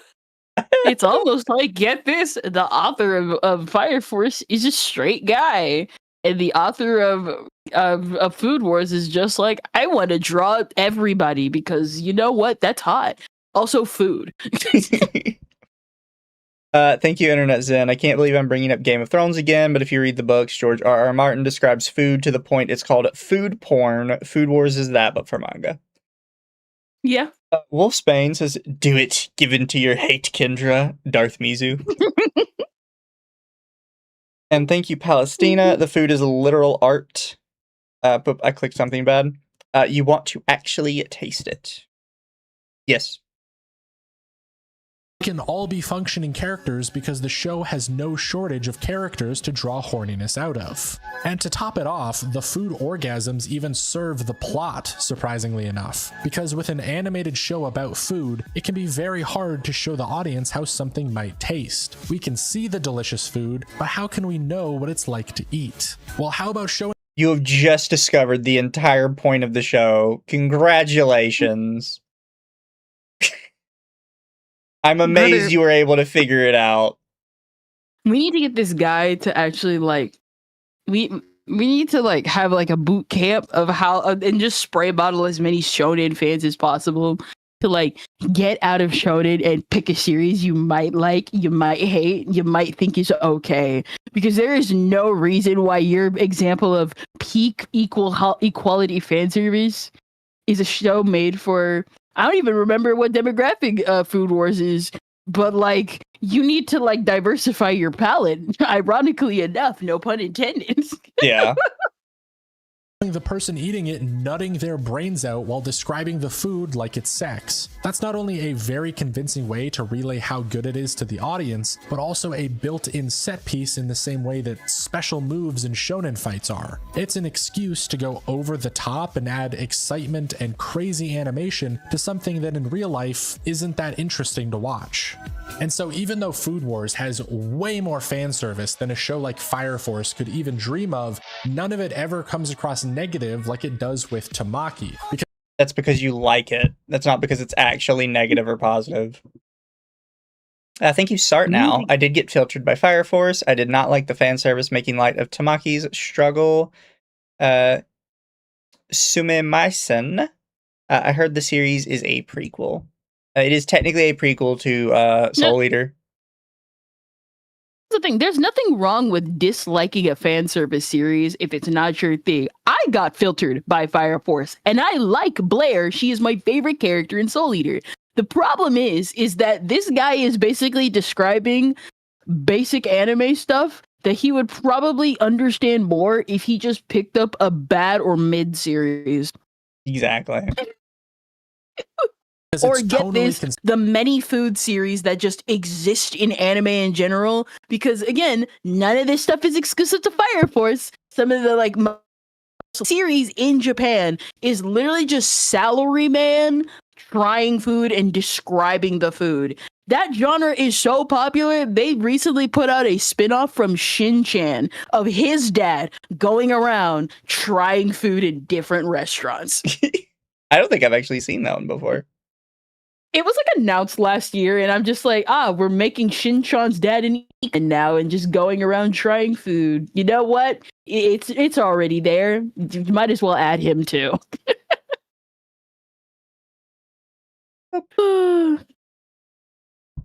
Consistent with the whole show because the whole show doesn't take itself that seriously. Food Wars is one of the few shows that can achieve this sacred title of good fan service, almost entirely because it understands how to blend it in and make it work for the show. It is No, that's not why. Just pick up an. Well, I was gonna say, so we already kind of mentioned it, but Food Wars kind of leans more into ecchi series. So Food Wars gets a good rap as good fan service because the specific group of people it is courting are people that are more positive about sex and sexual content. It's kind of like saying, wow, all the people that watch this hentai are okay with porn. Yeah, that's kind of the audience that would be watching that, Whereas Fire Force got a group of annoying Western shonen bros that, by the way, I have to point this out. Shonen bros have never in their life liked a single shonen from start to finish. Never. They bitch about One Piece. They bitch about Naruto. They bitch about Fire Force. They bitch about MHA. They do not like any shonen. There isn't a single shonen that they would ever in their life point to and say, yeah, that series was good start to finish. Not one. No. You see, they do it for Dragon Ball, but that's only because they only like Z and anything else is terrible. I'm pretty sure none of them have ever watched Dragon Ball. Just flat out. They've seen clips of it online and maybe they've watched Team 4 Star. No, you're not wrong about that. Internet Zen says, isn't that interesting? Bro never binge watched one of those cooking shows on Food Network at all. They're all pretty entertaining. Food Wars is like that, only more extreme and absurd. Yes. Listen, I love my Hell's Kitchen. 100%. Isn't just a cooking show with nudity slapped in. The fan service is a critical element. One last thing. I like to point out, he says one last thing. We have almost 15 minutes left. One last thing. Let's come on, chat. One last thing. We're going to put up a poll. Who do you think is next in line to be talked about in this tier list? I don't know. What do you think, Kendra? Who do you think he's going to talk about? I'll refrain. Fair. I would be honest. I wouldn't be able to take it. Hazard a guess. Honestly. And so before we wrap up this discussion of fan service, I want to cover just one more show, because it would be a disservice to the entire video to not cover it. But before I do, let's jump back into the history of Gainax, because I didn't quite finish telling the story. Why? Why is this? I thought we were going to talk about another anime. Okay, let's see what we got to say about Gainax. With the release of Neon Genesis Evangelion, which went on to be one of the biggest anime properties of all time, you would think Gainax would be doing great. And they were, if only for a short while. It was only 2 years after the release of this massively successful show, however, that Gainax would start to fall, as it had been revealed that the company had concealed 1.56 billion yen in revenue from Evangelion that they had failed to pay taxes on. Being audited by Japan's National Tax Agency, the president, Takeshi Sawamura, and his accountant were both arrested and sent to jail in July of 1999 for accounting fraud. In light of this, one of the studio's founding members, Yasuhiro Takeda, had this to say: "I don't think he purposefully set out with the goal of evading taxes. It was more that our level of accounting knowledge wasn't up to the task of dealing with revenues on such a large scale."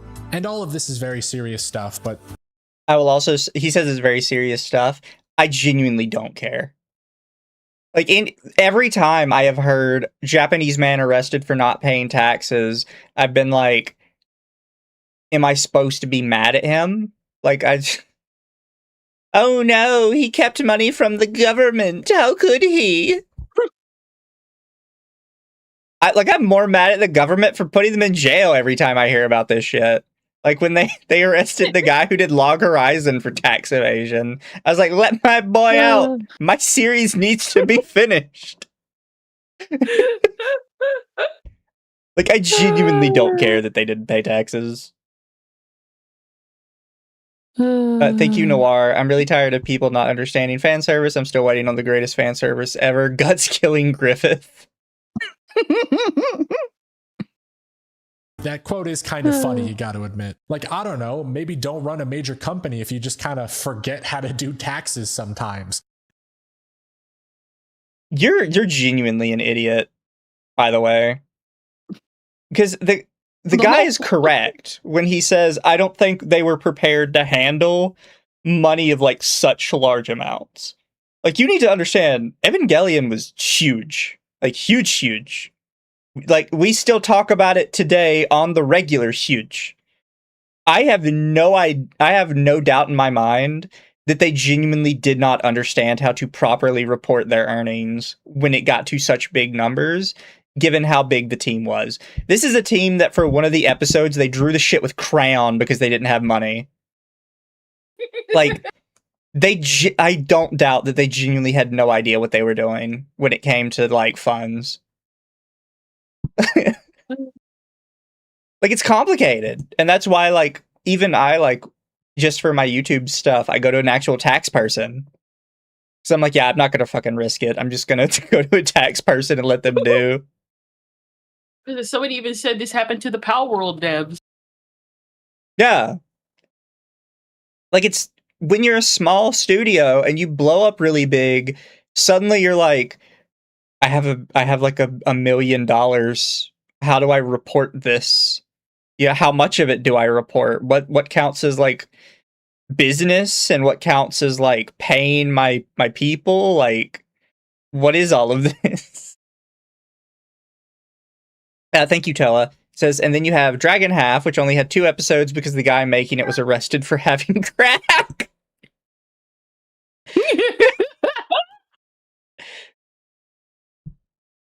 Well, he needed to get those episodes out quick, man. How else do you expect him to get an entire anime done in a month? Maybe hire an accountant with the millions of dollars you are hoarding. Just a thought. But that's not even where it ends. From 2000 to 2016, Gainax would face a whole heap of lawsuits, including breach of contract and failure to pay 100 million yen in royalties to Hideaki Anno after he formed another studio in 2006. And this was shitty of them. Why are we talking about this? Like, genuinely. Is it to be like, oh, Gainax is actually the bad guys? Like, you don't understand. Like, their fan service is evil because Gainax made it. No. You see, Gainax bad because they started trees, and that's why they formed 2 different studios where they can have their fan service in peace. And thank you, Internet Zen. It was billion with a B. Of course, the Gainax CEO and accountant would be overwhelmed by that amount of money. They were not prepared for that amount of revenue. No one would be. Then in 2016, Gainax's headquarters moved and were reportedly being run out of a 45-year-old 2-bedroom apartment in Tokyo. I swear I'm not making that up, though it is very hard to find verifiable sources for that information. And the Then don't report it. Like, darkest part of all, in 2018, Gainax's new president, Tomohiro Maki, was sentenced to 3 years in jail for indecent acts. Now, I won't ruin this anime titty video by talking about what he did. You can look that up for yourself. It's pretty bad, but somewhat fortunately, a ray of sunshine was starting to form over the dumpster fire that Gainax turned into. I would like to point out that he's saying all of this stuff. None of these people were the creative team. He's like, oh, I don't want to, ruin your perception of fan service by bringing this up. Oh, trust me, you didn't. None of these guys made the animes. They were just the guys that managed things. Also, I don't understand why he's saying it out of order. Like, everybody already left. Gainax was literally going through just a very slow bankruptcy process. That the indecent acts thing that happened was just the tipping point where everybody was like, all right, we're cutting all ties. Goodbye. I never want to see you again. Yeah. They were already gone. It's confusing to why any of this is being brought up. Because when you think about Evangelion being made, nobody thinks about the head of Gainax made it. No, they think about Hideki Anno made it. They think of the creatives that were behind it. Which admittedly is a thing Japan is a little bit better than other countries about, is people typically think of the authors and the creators behind a series before they think of the CEOs and companies. And that ray of sunshine is Studio Trigger.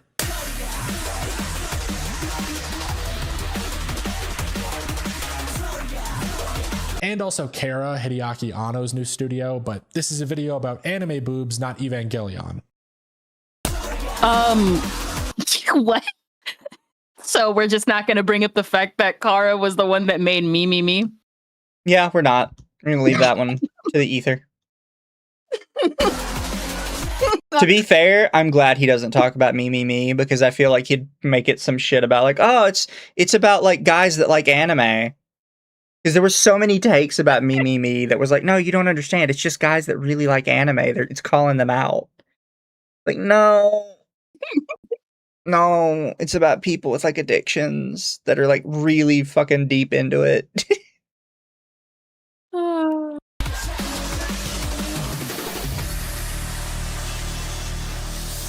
Trigger was founded in 2011 by... Before we get to it, a lot of chat seems to think it's Kill la Kill, specifically. Former Gainax employees Hiroyuki Imaishi and Masahiko Utsuka following their success on Gurren Lagann in 2007. And coming from a show about teenagers trying to fight God with mech robots and the power of friendship, Trigger carved out their personality from over-the-top ridiculous shows. Also, Yoko Leitner was in that, who is massive titties, runs around in a bikini all the time, and has a giant fuck-off sniper rifle. I don't know why you didn't mention her when you even just showed her picture. And then don't forget, she looks very even. She doesn't even look slightly different from her younger self and older self, which people try to make the distinction of. And it's all right, guys, remember, if we got to remember, Yoko with no jacket, Yoko with jacket. Yeah. The first of which being Kill la Kill.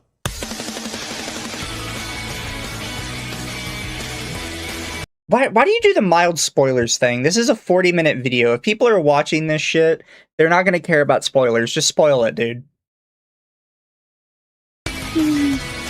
Kill la Kill is the fan service show. That's the only way I can describe it. Over half a century... Then you didn't really watch it. There's so much more to Kill la Kill than, it's just fan service. Shut the fuck up. This just kind of proves the point of, people that bitch and moan about fan service, even when they do like it, they literally cannot see past fan service. All he sees in Food Wars is, it's the fan service nudity show. All he sees in Kill la Kill is, it's the fan service nudity show. As soon as you see fan service, that colors your perception of everything because you can't look past it. It's really weird. tree of jiggling titties and panty shots have all led up to this one show. Kill la Kill is a shonen story following our female protagonist Ryuko Matoi as she searches for her father's killer by enrolling in the prestigious and militaristic Hanoji Academy. The school's leader is the fearsome Satsuki Kiryuin. The school's leader is the fearsome Satsuki Kiryuin, who Ryuko challenges in order to learn the truth. See, these jokes about not being able to pronounce something doesn't really work when you haven't been able to pronounce anything the entire video. Yeah. This leads to various members of the school getting in Ryuko's way, who she must defeat to work her way up to finally confronting Satsuki. And all of this is typical shonen. The plot on its surface level is not any different to your typical male-centric battle shows. What separates Kill la Kill is everything other than that surface level plot. The way that powers work in Kill la Kill is entirely based on clothing. People have things called life fibers sewn into their outfits that give the wearer superhuman abilities. And Ryuko finds a special sentient piece of life fiber clothing called a kamui that gives her shonen protagonist level strength when she goes through a transformation from an ordinary schoolgirl into this.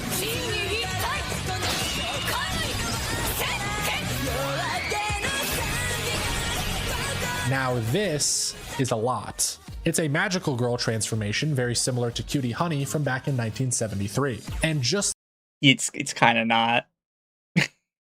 I get where you're trying to get at, but not. transformation doesn't automatically make it a magical girl transformation. It's more along the Also, lines of a mech it took me- transformation, like Power Rangers. Yep. It took me like 5 seconds to Google it. Kill la Kill is a seinen.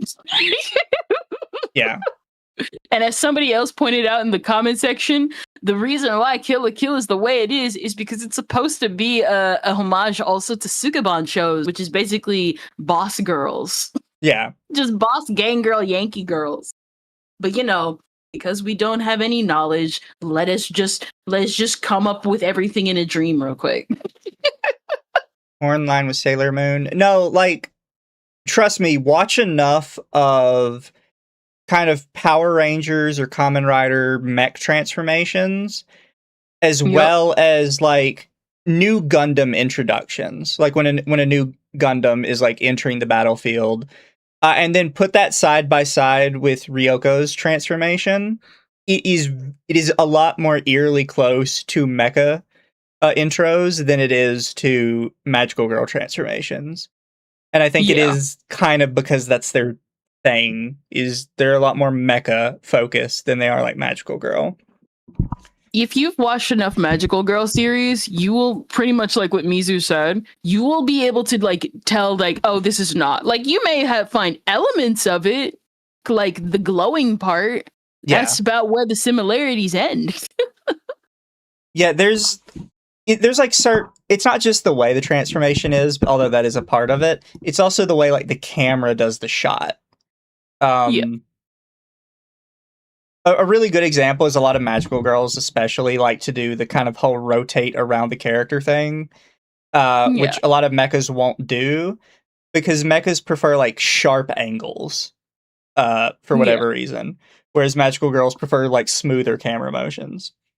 They do that. They prefer that. They're a lot more bouncy. It's a lot more like, it's just a lot more just like focusing on like the character's just like inner like headspace of the transformation too. Yeah. It's a lot. It's like, if you've watched enough, you know what we're talking about. Exactly. And like, yeah, there's probably some magical girl series that kind of lean more towards mecha, and there's probably some mecha that leans more towards magical girl. But I think with Kill la Kill specifically, given their other titles they've done, it was they shot it more like mecha on purpose. Yeah. Somebody says, think of Super Sentai with boobs. Yeah, you're not wrong with that. Thank you for the raid, Temp. Much appreciated to the dog raid. Hello. And thank you, Internet Zen. The fan service show, while admittedly I have never seen Kill la Kill, I know for a fact it is not the fan service show. It is much deeper than that. Yeah, that's all like the kind of tourist kind of see it as. It's just like, oh, it's the show where the girl gets half naked. No. You see, the fan service show would be something like High School D&D, where it's as shameless as possible, and anybody who expects to have a serious plot from it, while there might be a story, you came for titty. Also, Gabby, I do see your titties in DMs. They've sent me multiple titties. Oh, I should have known. Gabby, we gotta. Yep. You see that right there? We're shaming you, Gabby. Like Cutie Honey, the magical girl genre that previously existed in shows for girls is being brought into a shonen with much more nudity. Much more nudity. It was not. Cutie Honey was worse. There's like... Kill la Kill has like, more exposed skin, but I wouldn't say it has more nudity. There's 80 series with more nudity than this. Yeah. They just straight up flat out showed the nipples. Yeah. Kill la Kill shows a lot more skin more consistently, like for longer periods of time. It does not show more nudity. There's certain things that they, especially like these days, even anime's kind of gotten censored on that front, that just don't get shown anymore. So you're never going to see Ryoko's titties, like her actual nipples. Yeah. And they won't show too much of like the pelvis area. Like they've gotten to where kind of the entire pelvis needs to be at least bikini tier covered. Whereas some older series would let you get really close. The only series that like I can like say they can quote unquote get away with it is in Panty and Stocking. But that's like for a really specifically niche audience who already likes Panty and Stocking. Yep.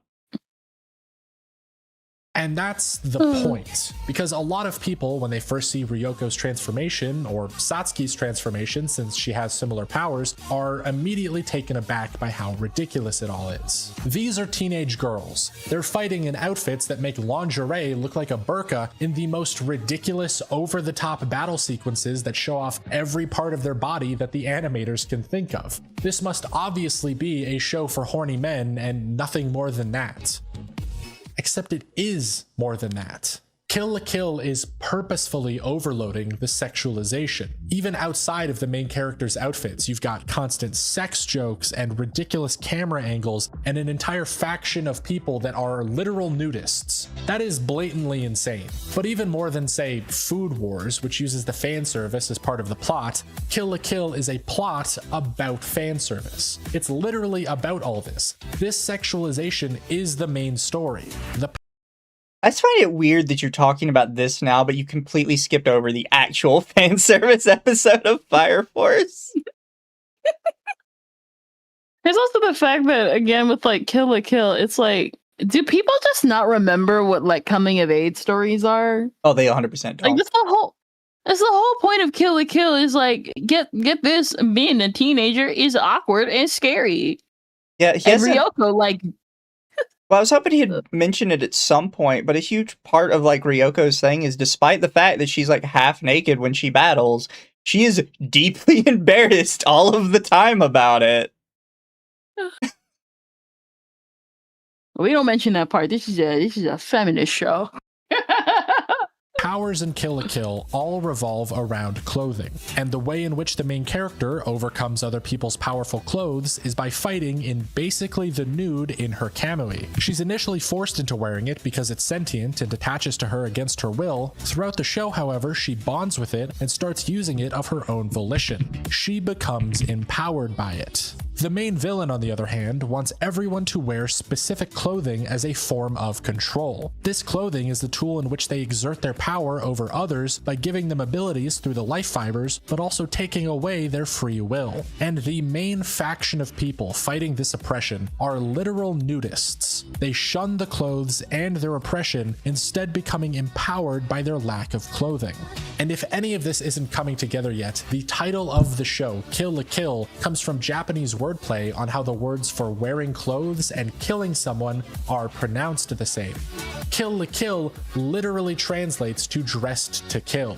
Going even more in depth, Kill la Kill's protagonist is a young schoolgirl. Her kamui normally takes the form of a sarafuku, a traditional Japanese school uniform that represents female youth. Don't try and sound smart. Just say a Japanese school uniform. Yeah. Also, it's not representing youth. It's just the uniform. She's literally like a trying to- teenager. Like that's literally it's like saying like, oh man, this British uniform that kids wear, this represents the British hierarchy. Yeah. Like, no, it's just the uniform. It's like the most common uniform any schoolgirl will wear, and here's what it looks like stylized. It's not that hard. And she can only transform into Oh, also, thank you, Archmagos. He's once again going, how are you not ripping to this? I just have to get it on when I see this. her empowered sexualized form with a sacrifice of some of her blood. Ryuko and Satsuki literally bleed in order to transform into sexy, mature versions of themselves. If you don't think that's an obvious metaphor for puberty and womanhood, I don't think we're watching the same show. And going... First off, it is a coming-of-age story. Second off, her sister is already supposed to be kind of like mature and sexualized. She doesn't transform into something mature and sexualized. She just kind of already is. And like, she's the establishment. Like, she's literally the head of this empire. I don't want to hear any guy talk about the philosophy of a period ever again. Yeah, that's fair. That's fair sick too. Of it. I'm so sick of them when they do that. Booba. Even more in depth, you can talk about the show's use of fan service. The show is painfully aware of how fan service can take power away from characters and uses that as part of the story. The fan service isn't meant to take away their power. They are wearing these outfits purposefully. They are aware of their sexualization and draw power through it. And so I don't think you understand. That's not at all what's happening. It's just Japan doesn't see fan service as a negative like you and your friends do. Yeah. Not only that, but like the whole point isn't like the whole point it's not even supposed to be they're fighting with their fan service. They're fighting for their freedom. Yeah. Anytime the women are sexualized without their consent, it is very clearly used as a tool against them. It is meant to shame them, and they're meant to overcome that. You just showed one of the funniest scenes in the series. Yeah.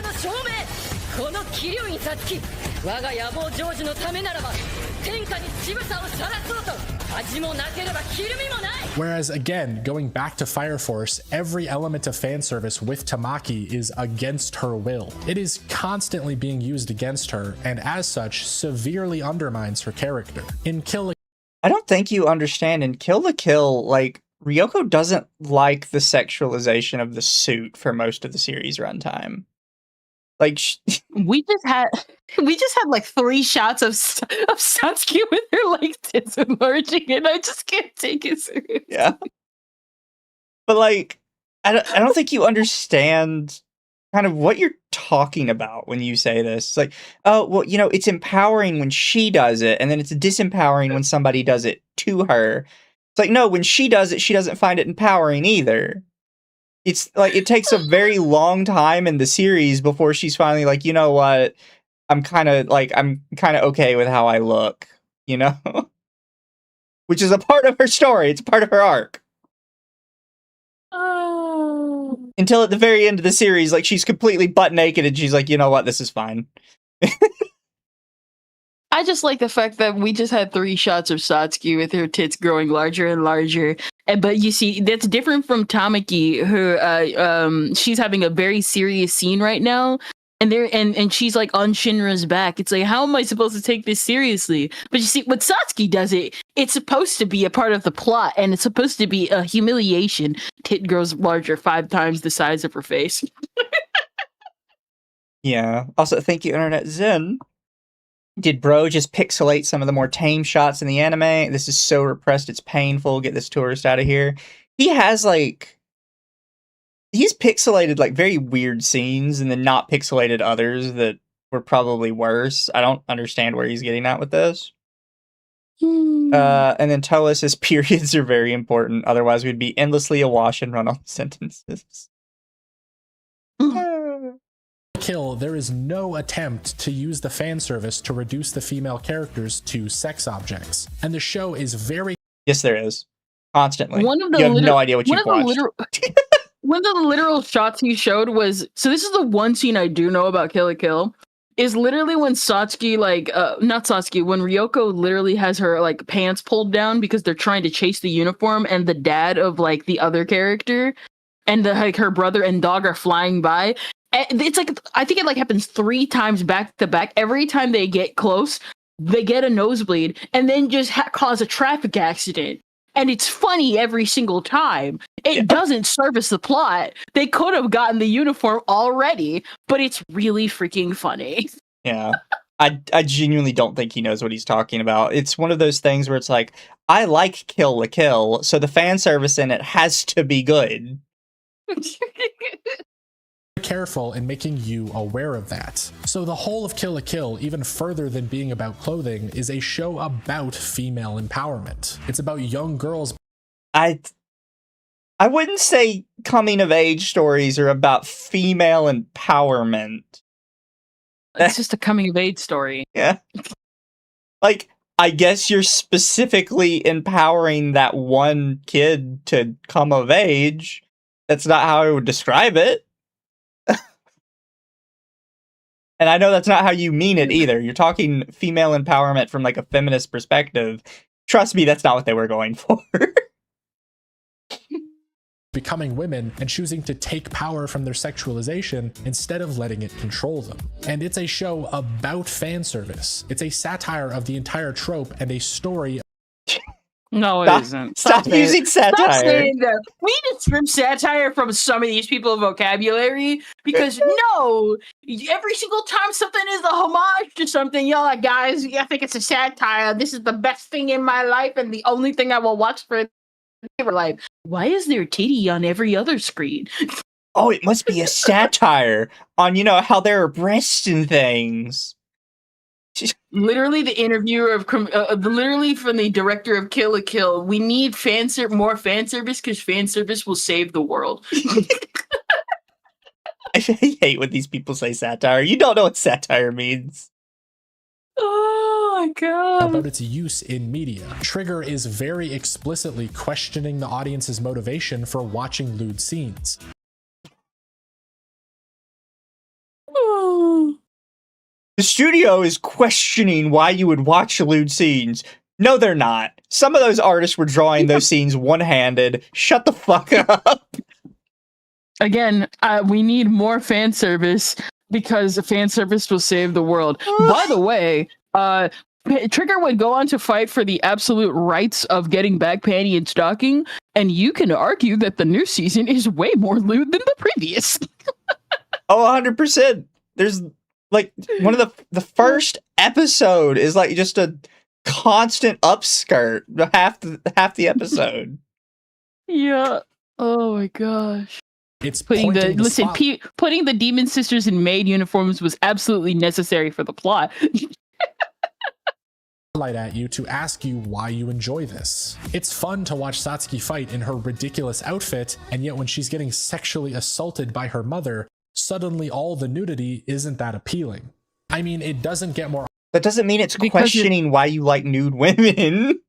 Also, the reason why you can enjoy something like that and not enjoy that is because it's called context clues. You learn this in 2nd grade, you dillweed. Yeah. Obvious than the fact that every time Ryoko transforms or does something lewd, there's a giant crowd of men cheering it on and getting nosebleeds. That's supposed to be you, motherfucker. They're making fun of you. No, they're not. That is literally the animators.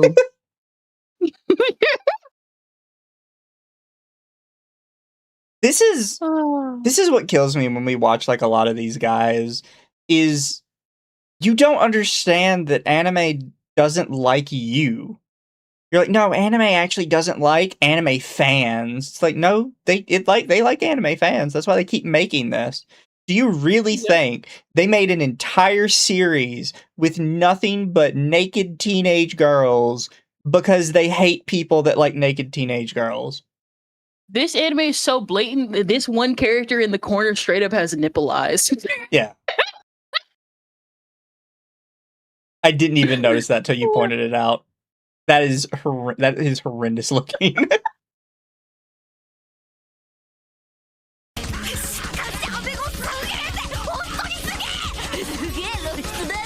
All of Kill la Kill uses fan service not just as a plot device or set dressing, but as a storytelling method. Because without the prominence of fan service in anime and pop culture, you couldn't have a story that's so expertly told using it. And without knowing some of the history of fan service like I've covered, I don't really think you could appreciate it in Kill la Kill. Yes, you could. Your understanding of the history of fan service is wrong, not that interesting, and you completely misapplied to Kill la Kill. First statue of David and the painting of Venus and be like, what is this goon slop? Because the plot is actually part of the plot. So for anyone interested in deeper discussion of the show and its use of fan service, I'd highly recommend this 4-part video series on Kill la Kill by Study of Swords. It goes into a lot more depth than I could, so I'll link it in the description. Give me 2 seconds. How long is this?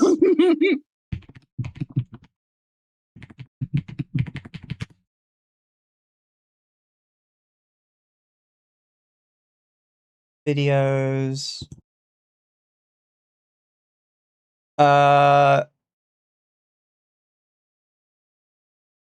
They have a video from 5 months ago called Hentai History. Oh no. They have one from 2 years ago, a critical response to kawaii, anime propaganda, and soft power politics. They have a video on Agretsuko about how it's a critique of capitalism. Agretsuko? What? No, huh? Yeah, no, next week we could probably watch their Kill la Kill videos if you guys want to be tortured, because they're like 8 minutes long each. So when he says like a 4-part series, what he means is probably less time than his own video. It is looking at Kill la Kill, overthinking, looking at Kill la Kill, that one scene, looking at Kill la Kill, hashtag problematic, and looking at Kill la Kill, fan service as a weapon. They have another video called You're Wrong About Deconstruction. And then I guess they really wanted to like try and get some of that Kill la Kill views back, because they have one called Cyberpunk Edge Runners versus Kill la Kill. I have absolutely no idea why you would even remotely try and compare these two series. Well, you see, Kill la Kill came out over a decade ago, and Cyberpunk is the new hit thing. If I combine the two, our battle will be legendary. So yeah, that might be next week. Learn more about Kill la Kill. Thank you, Noir. Can we really blame these tourists for not understanding satire when Paul Verhoeven couldn't understand that the world would be better if we followed Starship Troopers' government and made it Nazis? Have you ever heard about that, Kendra, with Starship Troopers? I think I heard it from you, but I have forgotten, so what? The Starship Troopers book is an unapologetic belief that service should guarantee citizenship, and you shouldn't be allowed to vote unless you serve the government in some way. The primary way, obviously, being military. So when Paul Verhoeven was asked to make the movie about it, he was like, no, I've got to make it a parody. You know, like, I have to, like, show that, like, you know, this is a bad way to think. But the problem is, I think Paul Verhoeven made the book. I have to remember the names. I'm sorry, Chad, I'm terrible with names. But then when they made the movie, they decided that it had to be, like, completely antithetical to the book. Although some people have said he misunderstood the book and thought the book itself was a satire of some sort. So he tried to, like, make it to where you would hate the society that was built into it. Except they're fighting giant evil space bugs. Like, it's hard to make a society bad when the enemy is literally the murder rape demon cult that mindlessly kills everyone. You know what I mean? Like, May we sympathize with the zombies. yeah. I say that because there's like a famous picture that somebody did of, I think, like a fan fiction version of a space marine that's like supposed to be based off of some of the corrupted space marines, and it said, "This is Lord Blood of the Death Murder Cult. You're a bad guy if you don't think he's morally gray."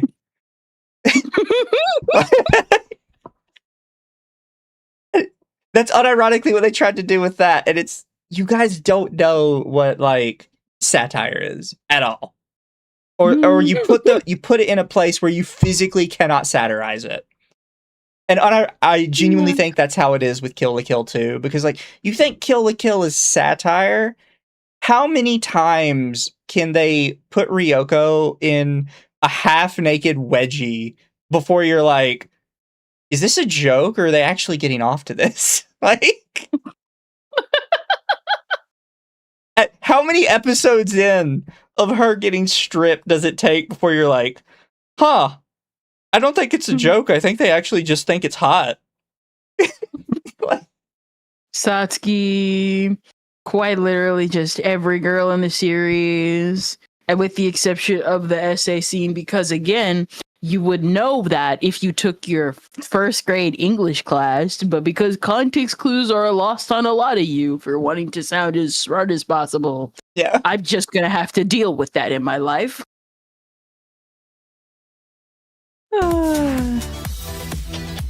Mizu, the person who made the film Starship Troopers, wanted all the actors to be attractive because, quote, evil is attractive.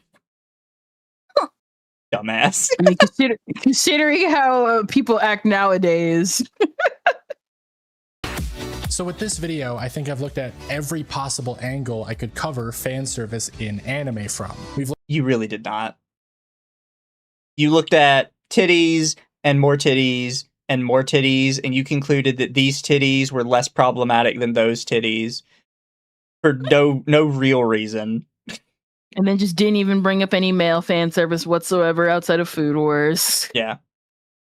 Thank you, Internet Zen. It's literally the 40k Imperium argument. Yes, the Imperium's bad, but every other faction is worse. Also, the 40k tourist going satire gave me PTSD to the point I when I hear it misused. I don't think I've ever heard the word satire used correctly on the internet.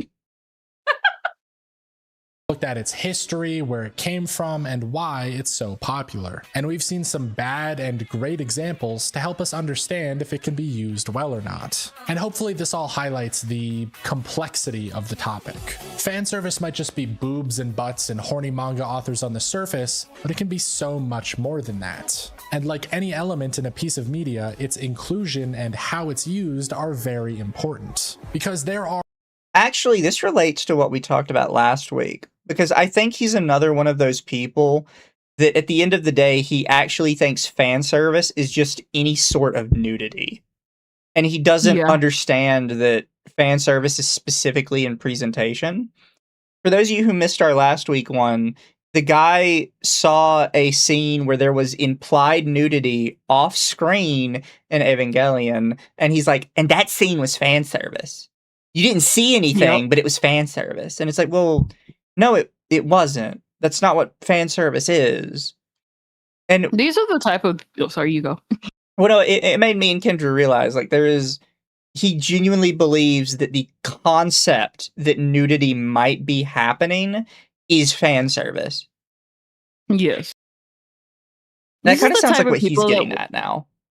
This is like the type of people that would sit down and then see the entire, like, that one nudity scene in, like, Perfect Blue and be like, oh, this is, like, fan service, and this is a critique on fan service. No, it's just a critique on how the idol industry sexualizes women. It's not supposed to be a fan service scene. It's supposed to make you uncomfortable and grotesque. But because you're just dumb, yeah, I have to live with that. Like, they genuinely seem to think that any form of, like, nudity is just fan service, and that's not how that works. There are a lot of shows that do not use fan service well at all. They have characters that just exist to get the audience horny or... Yes, it's used perfectly fine in the show, because the show actually has multiple different sort of themes running through it. I think a lot of people forget that with Dragon Maid, is it's technically like 4 separate stories going at the same time. Yep. Yes, there's a main story, but it's still like 4 separate stories going on. Awful, intrusive bits that deflate the whole scene. Pandering beach episodes, or characters getting perved on, or a girl slipping and falling pussy first onto the main character's face, or just characters that are clearly not adults getting sexualized. Like, I am of the firm belief that you should just mentally increase the age of any anime character by like 3 years because it'll make the show better. Ain't no way that... No, that's weird thought process to logic your way around. Don't say that ever again. That makes you sound like a weirdo. It makes you sound more like a weirdo than an actual like otaku, bro. Yeah, I think a lot of these people don't realize this. Like, if you ask me and Kidra, it's like, oh, well, it's clearly just an anime character. If you ask him, it's like, well, yes, I think she's a child, but like mentally in my head, I pretend she's an adult. And it's like, did you hear yourself? I want to be perfectly clear that you heard what you just told me. It's like that stupid argument people make of, well, if we just put these characters in college, it would be better. And it's like, well, no, number one, you're basically watching adults get perved on than young characters getting perved on, which, you know, is a real thing that girls have to go through. Number two, you're basically just ruining a coming of age story by going into a children's space, a teenager space, you know, stuff made for teenagers, and then being like, you know what, I think you don't deserve stuff for that. It's ruining my enjoyment, and I think you should get out of here. I just can't get over the fact that his thought process is, God, I have to imagine this child is older before I can beat my meat to her. And it's like, you should really think about that. Like, you should really, like, double take on that one, brother. Also, that says a lot when you couldn't stand Tamaki, but you're like, yeah, no, I love Kill la Kill. You know she's in high school, too. I just mentally aged her up. Kabi, this scruffy Not looking ethical college dude, is gooner. meant to be 18. This man is clearly like 25. But hey, sometimes these are just children you're showing me. That is a fucking child. I don't care if age is just a number. That number is 911. You should be in fucking prison. We got him. You can't make this joke after what you just said about yourself. 911 jokes are only for people that actually get it. You don't get it. How can you say age is not just a number when you point at her and then you're like, yeah, in my head I like to imagine that the child is older. Like, what do you mean? You just... But you see, did they have to make a little girl chat? Did they? You're literally 2 seconds earlier, you're like, yeah, age is just a number and I like to pretend it's higher. It's like... You're such a fucking weirdo. What?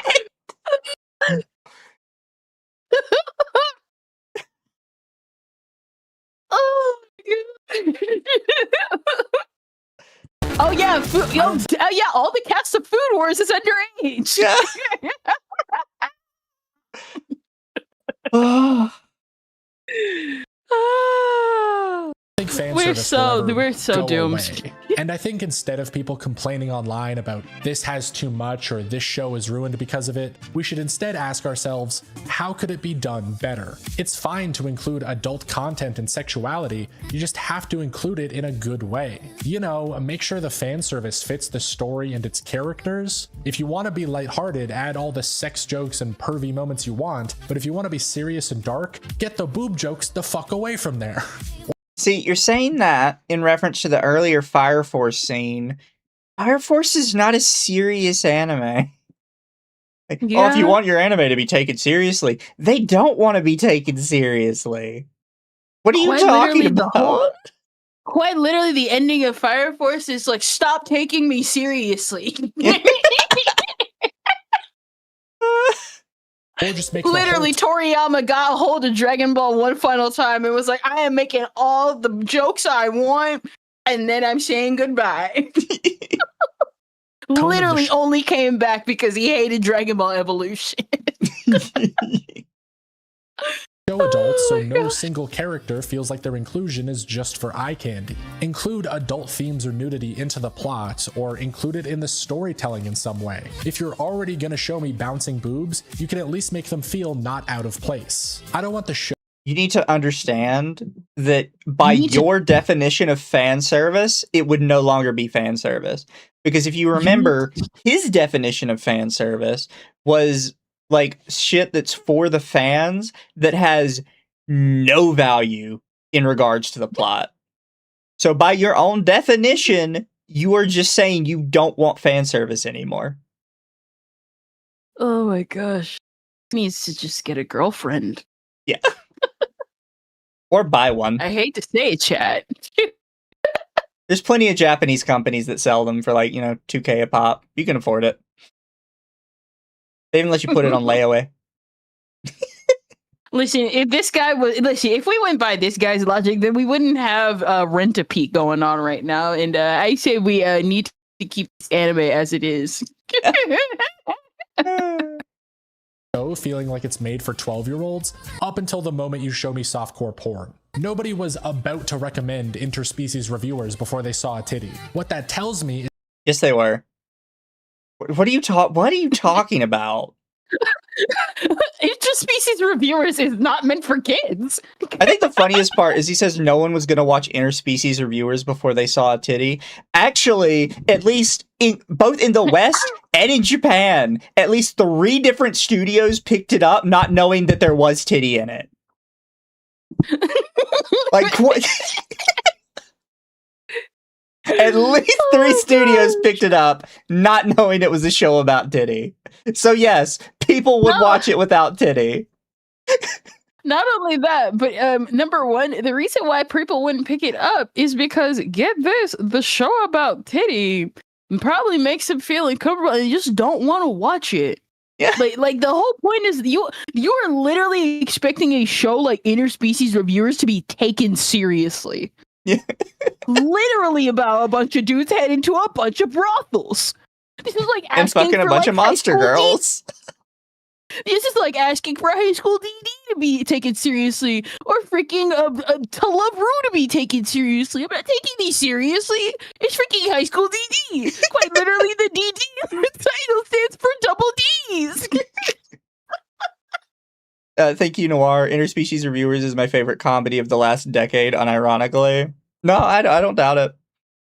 And then thank you, Internet Zen. Get the jokes the feck away from here. As a fan of Black Lagoon, which gets occasional fan service and explores dark themes, the fan service stays.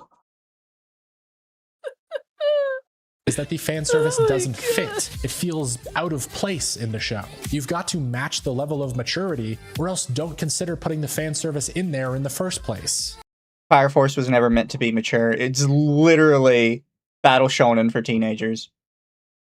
And I think on the other side of this, a lot of people in the anime community need to stop being so immature when it comes to this stuff. No.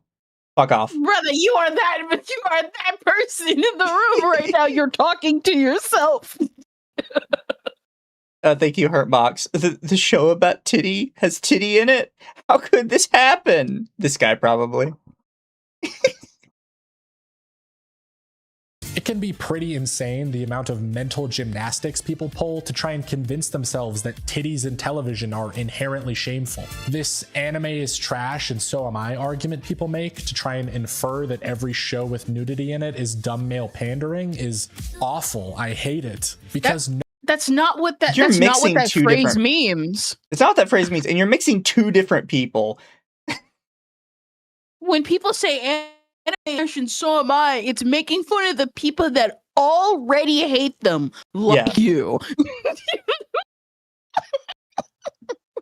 Like one of my favorite quotes when people talk about like a game that I like and needing to change, I just send them back, yeah, my game sucks and I love it that way. Go the fuck away.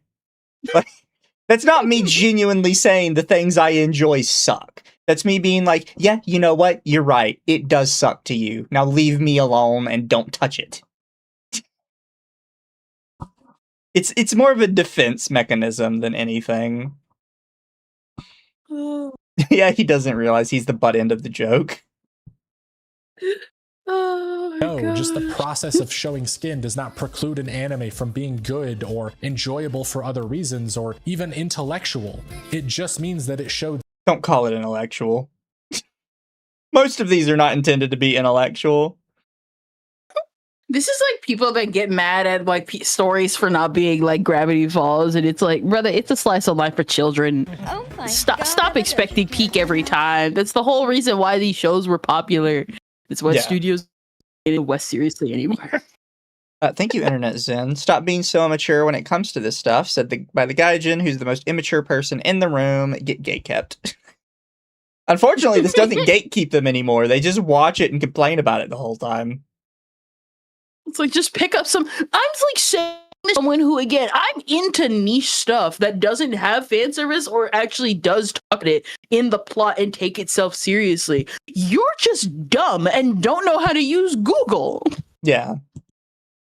Skin. That's it. A show can be thoughtful and engaging and full of deeper meaning and also show nudity, and those two elements can exist entirely separate from one another. I think the anime community really needs to look into fan service if we want shows to improve, because the main thing I see holding it back right now is the collective immaturity that we have towards it. People on both the creators and the viewer side still treat nudity and sexual content with way less thought than it deserves, which leads to these elements never being able to be explored or expanded on fully more than the childish ways they're used in shows like Fire Force. All fan service and sexuality and nudity are, at the end of the day, are elements to a story. And like every other element, you can use them better and make them more enjoyable. You can fit them in and give them importance, and you can make them a positive part of the experience, not an inherently negative one. You just have to put some thought into it. So instead of turning away shows just because they have fan service, think of how easily we could be recommending them because they have good fan service. I mean, who doesn't like anime boobs? The more you say that, the more I'm convinced you're gay.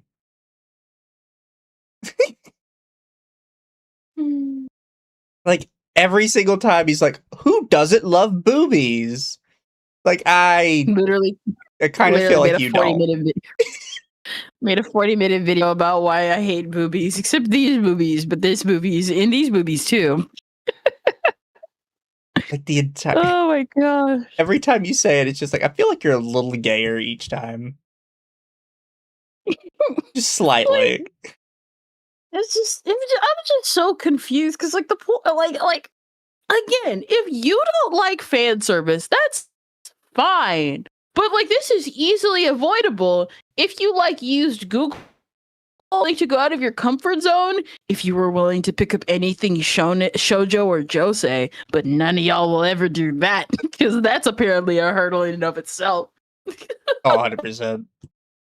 Oh my gosh. And then some people just aren't willing to admit that even their favorite series that quote unquote doesn't have fan service has fan service. Just like, why do I have to tell you that this author clearly has like a fetish throughout the series?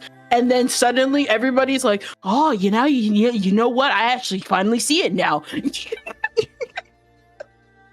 freaking do that with like with Land of the Lustrous. I'm like, do you guys not realize that like Ichikawa clearly has like a butt fetish? Like, oh man, I can't believe I didn't notice that before. Literally, nearly, there's like one butt shot per volume. Exactly. Oh my gosh. You mean like JJK? Oh yeah, straight up. Listen, say what you want about Mei Mei. I think just everything surrounding Mei Mei in its entirety is so funny because everybody just refuses to talk about her. Exactly. Do you know about that character? Vaguely. Oh, she's the incest character.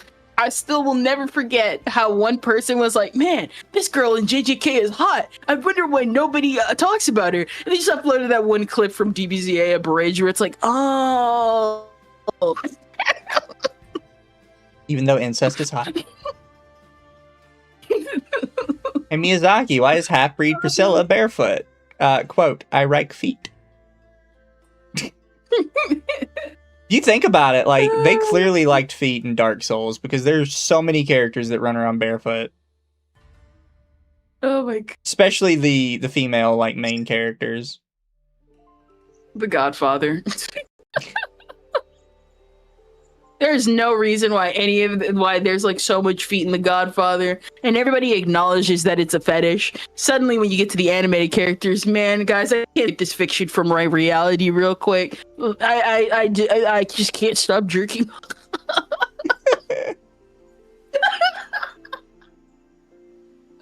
That is wild. Oh my gosh. Yes. But yeah, no, these are...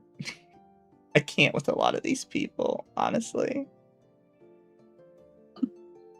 Well, considering what we found, looks like we'll get for next week. Oh yeah, no, Oh we're my gonna have to. gosh. Pain and suffering, though. Pain and suffering. Gosh, this is great. Pain and suffering indeed. What do you think his wonderful take will be on Kill la Kill? You see, still is subversive, and in these scenes are actually really empowering. Now I know their titties are slapping each other against their faces, and I know that we got like a 50-second shot of their booty. However, the lore, guy. The Lord, so deep. Oh my god! Listen, nobody's ever gonna compare to that one time Matt Pat was like the lore. Listen, I don't care that lolly on the page. Nothing is sexier than math, and he's the only one that can get away with that. Yeah. Well, he said something about like ignore that sexy lolly over there. Nothing sexier than math, and like nobody is. I don't think anybody's ever called him out on it. Oh no, they've tried. They've like genuinely tried, and nobody cares because it's Matt Pat. It's like him for like wearing a swimsuit and calling himself the human condom, and that failed too. But chat, I'm gonna send you guys to edit.exe. Did you see the Ben 10 creator, whoever, saying, yeah, it was a joke, we shipped the cousins? It wasn't the creator, it was a guy that worked on Ben 10. I don't know if Kendra saw this, but somebody had posted the Ben 10 incest joke again. And one of the guys that actually worked on the team came out and says, yeah, no, we joked about this like all throughout development. And then somebody sent him, or somebody replied to him like, the good old days. And they sent him like a Chinese knockoff Ben 10 sticker pack that had like Ben and Gwen like making out. And he says, yeah, I think somebody brought that something similar to that in one day, and we framed it and we had it in the hallway of our offices. Like, people like do not realize how like actual like how bad it is like behind the scenes. You think the internet like has made incest jokes. It is infamous that like there's like a cartoon jam, which is basically when all the animators are sick of drawing happy-go-lucky for a while and just write the darkest stuff that you could ever think of. Like that one creator Bible where it's literally just a bunch of sex jokes. Yeah. Thank you, Noir. This guy should just bend to and stop thinking so much about why things are happening. Oh. He's saying, watch Ben 2. Ben 2 is actually pretty great. It's literally just convenience store fighting. Oh, fair. Opening sequence is very good, too. That was one where Ben and Gwen were holding hands and Gwen was pregnant, yeah. I was trying to remember the exact picture it was. Somebody did ask him if the theory was true that Gwen was originally made to be a love interest and it was forced to change. And he basically said that by the time he was on the team, whatever had happened with that had happened, and he had no idea if it was true or not. For people in chat who don't know, the theory is that originally Ben 10 was supposed to be Ben and a sort of girl from his neighborhood that was sort of a love interest, but they made them change it to a cousin, or they wanted it to be like a cousin or a sister, because they basically said it didn't make any sense for somebody's parents to let their daughter go on a road trip with these guys, you know, all gone for like who knows how long for the entire summer. So the legend is they forced them to change it, but so much of the script had already been written with the idea of the girl as a love interest that it kind of bled through the story in other ways, and it kept coming up that way, basically. I don't know if that's true or not. I choose to believe it because it's really fucking funny. Of course it's funny. It's probably... I like to think it's true. Because Gwen really does come across as, like... as if they're, like, a love interest. So I choose to believe it. It's the presidential speech. I choose to believe it not because it is true, but because it is funny.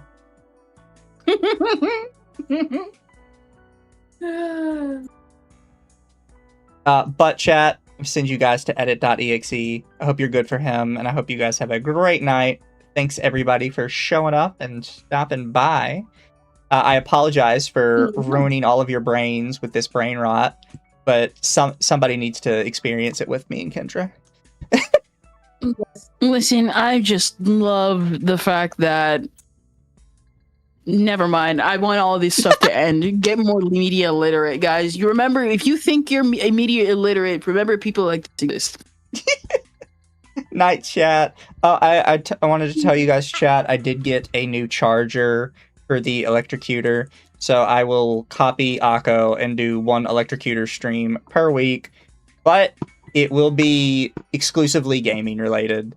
I do not like doing either like document coverage or these kind of videos with a distraction like that. I think it takes away from the video. Yeah.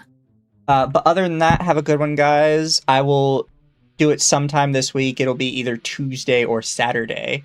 I'm kind of leaning towards Tuesday, but we'll see, because sometimes I like to do stuff with Kendra on Tuesdays when we have stuff to talk about. Yay. Night, everybody. Have a good one. Nui.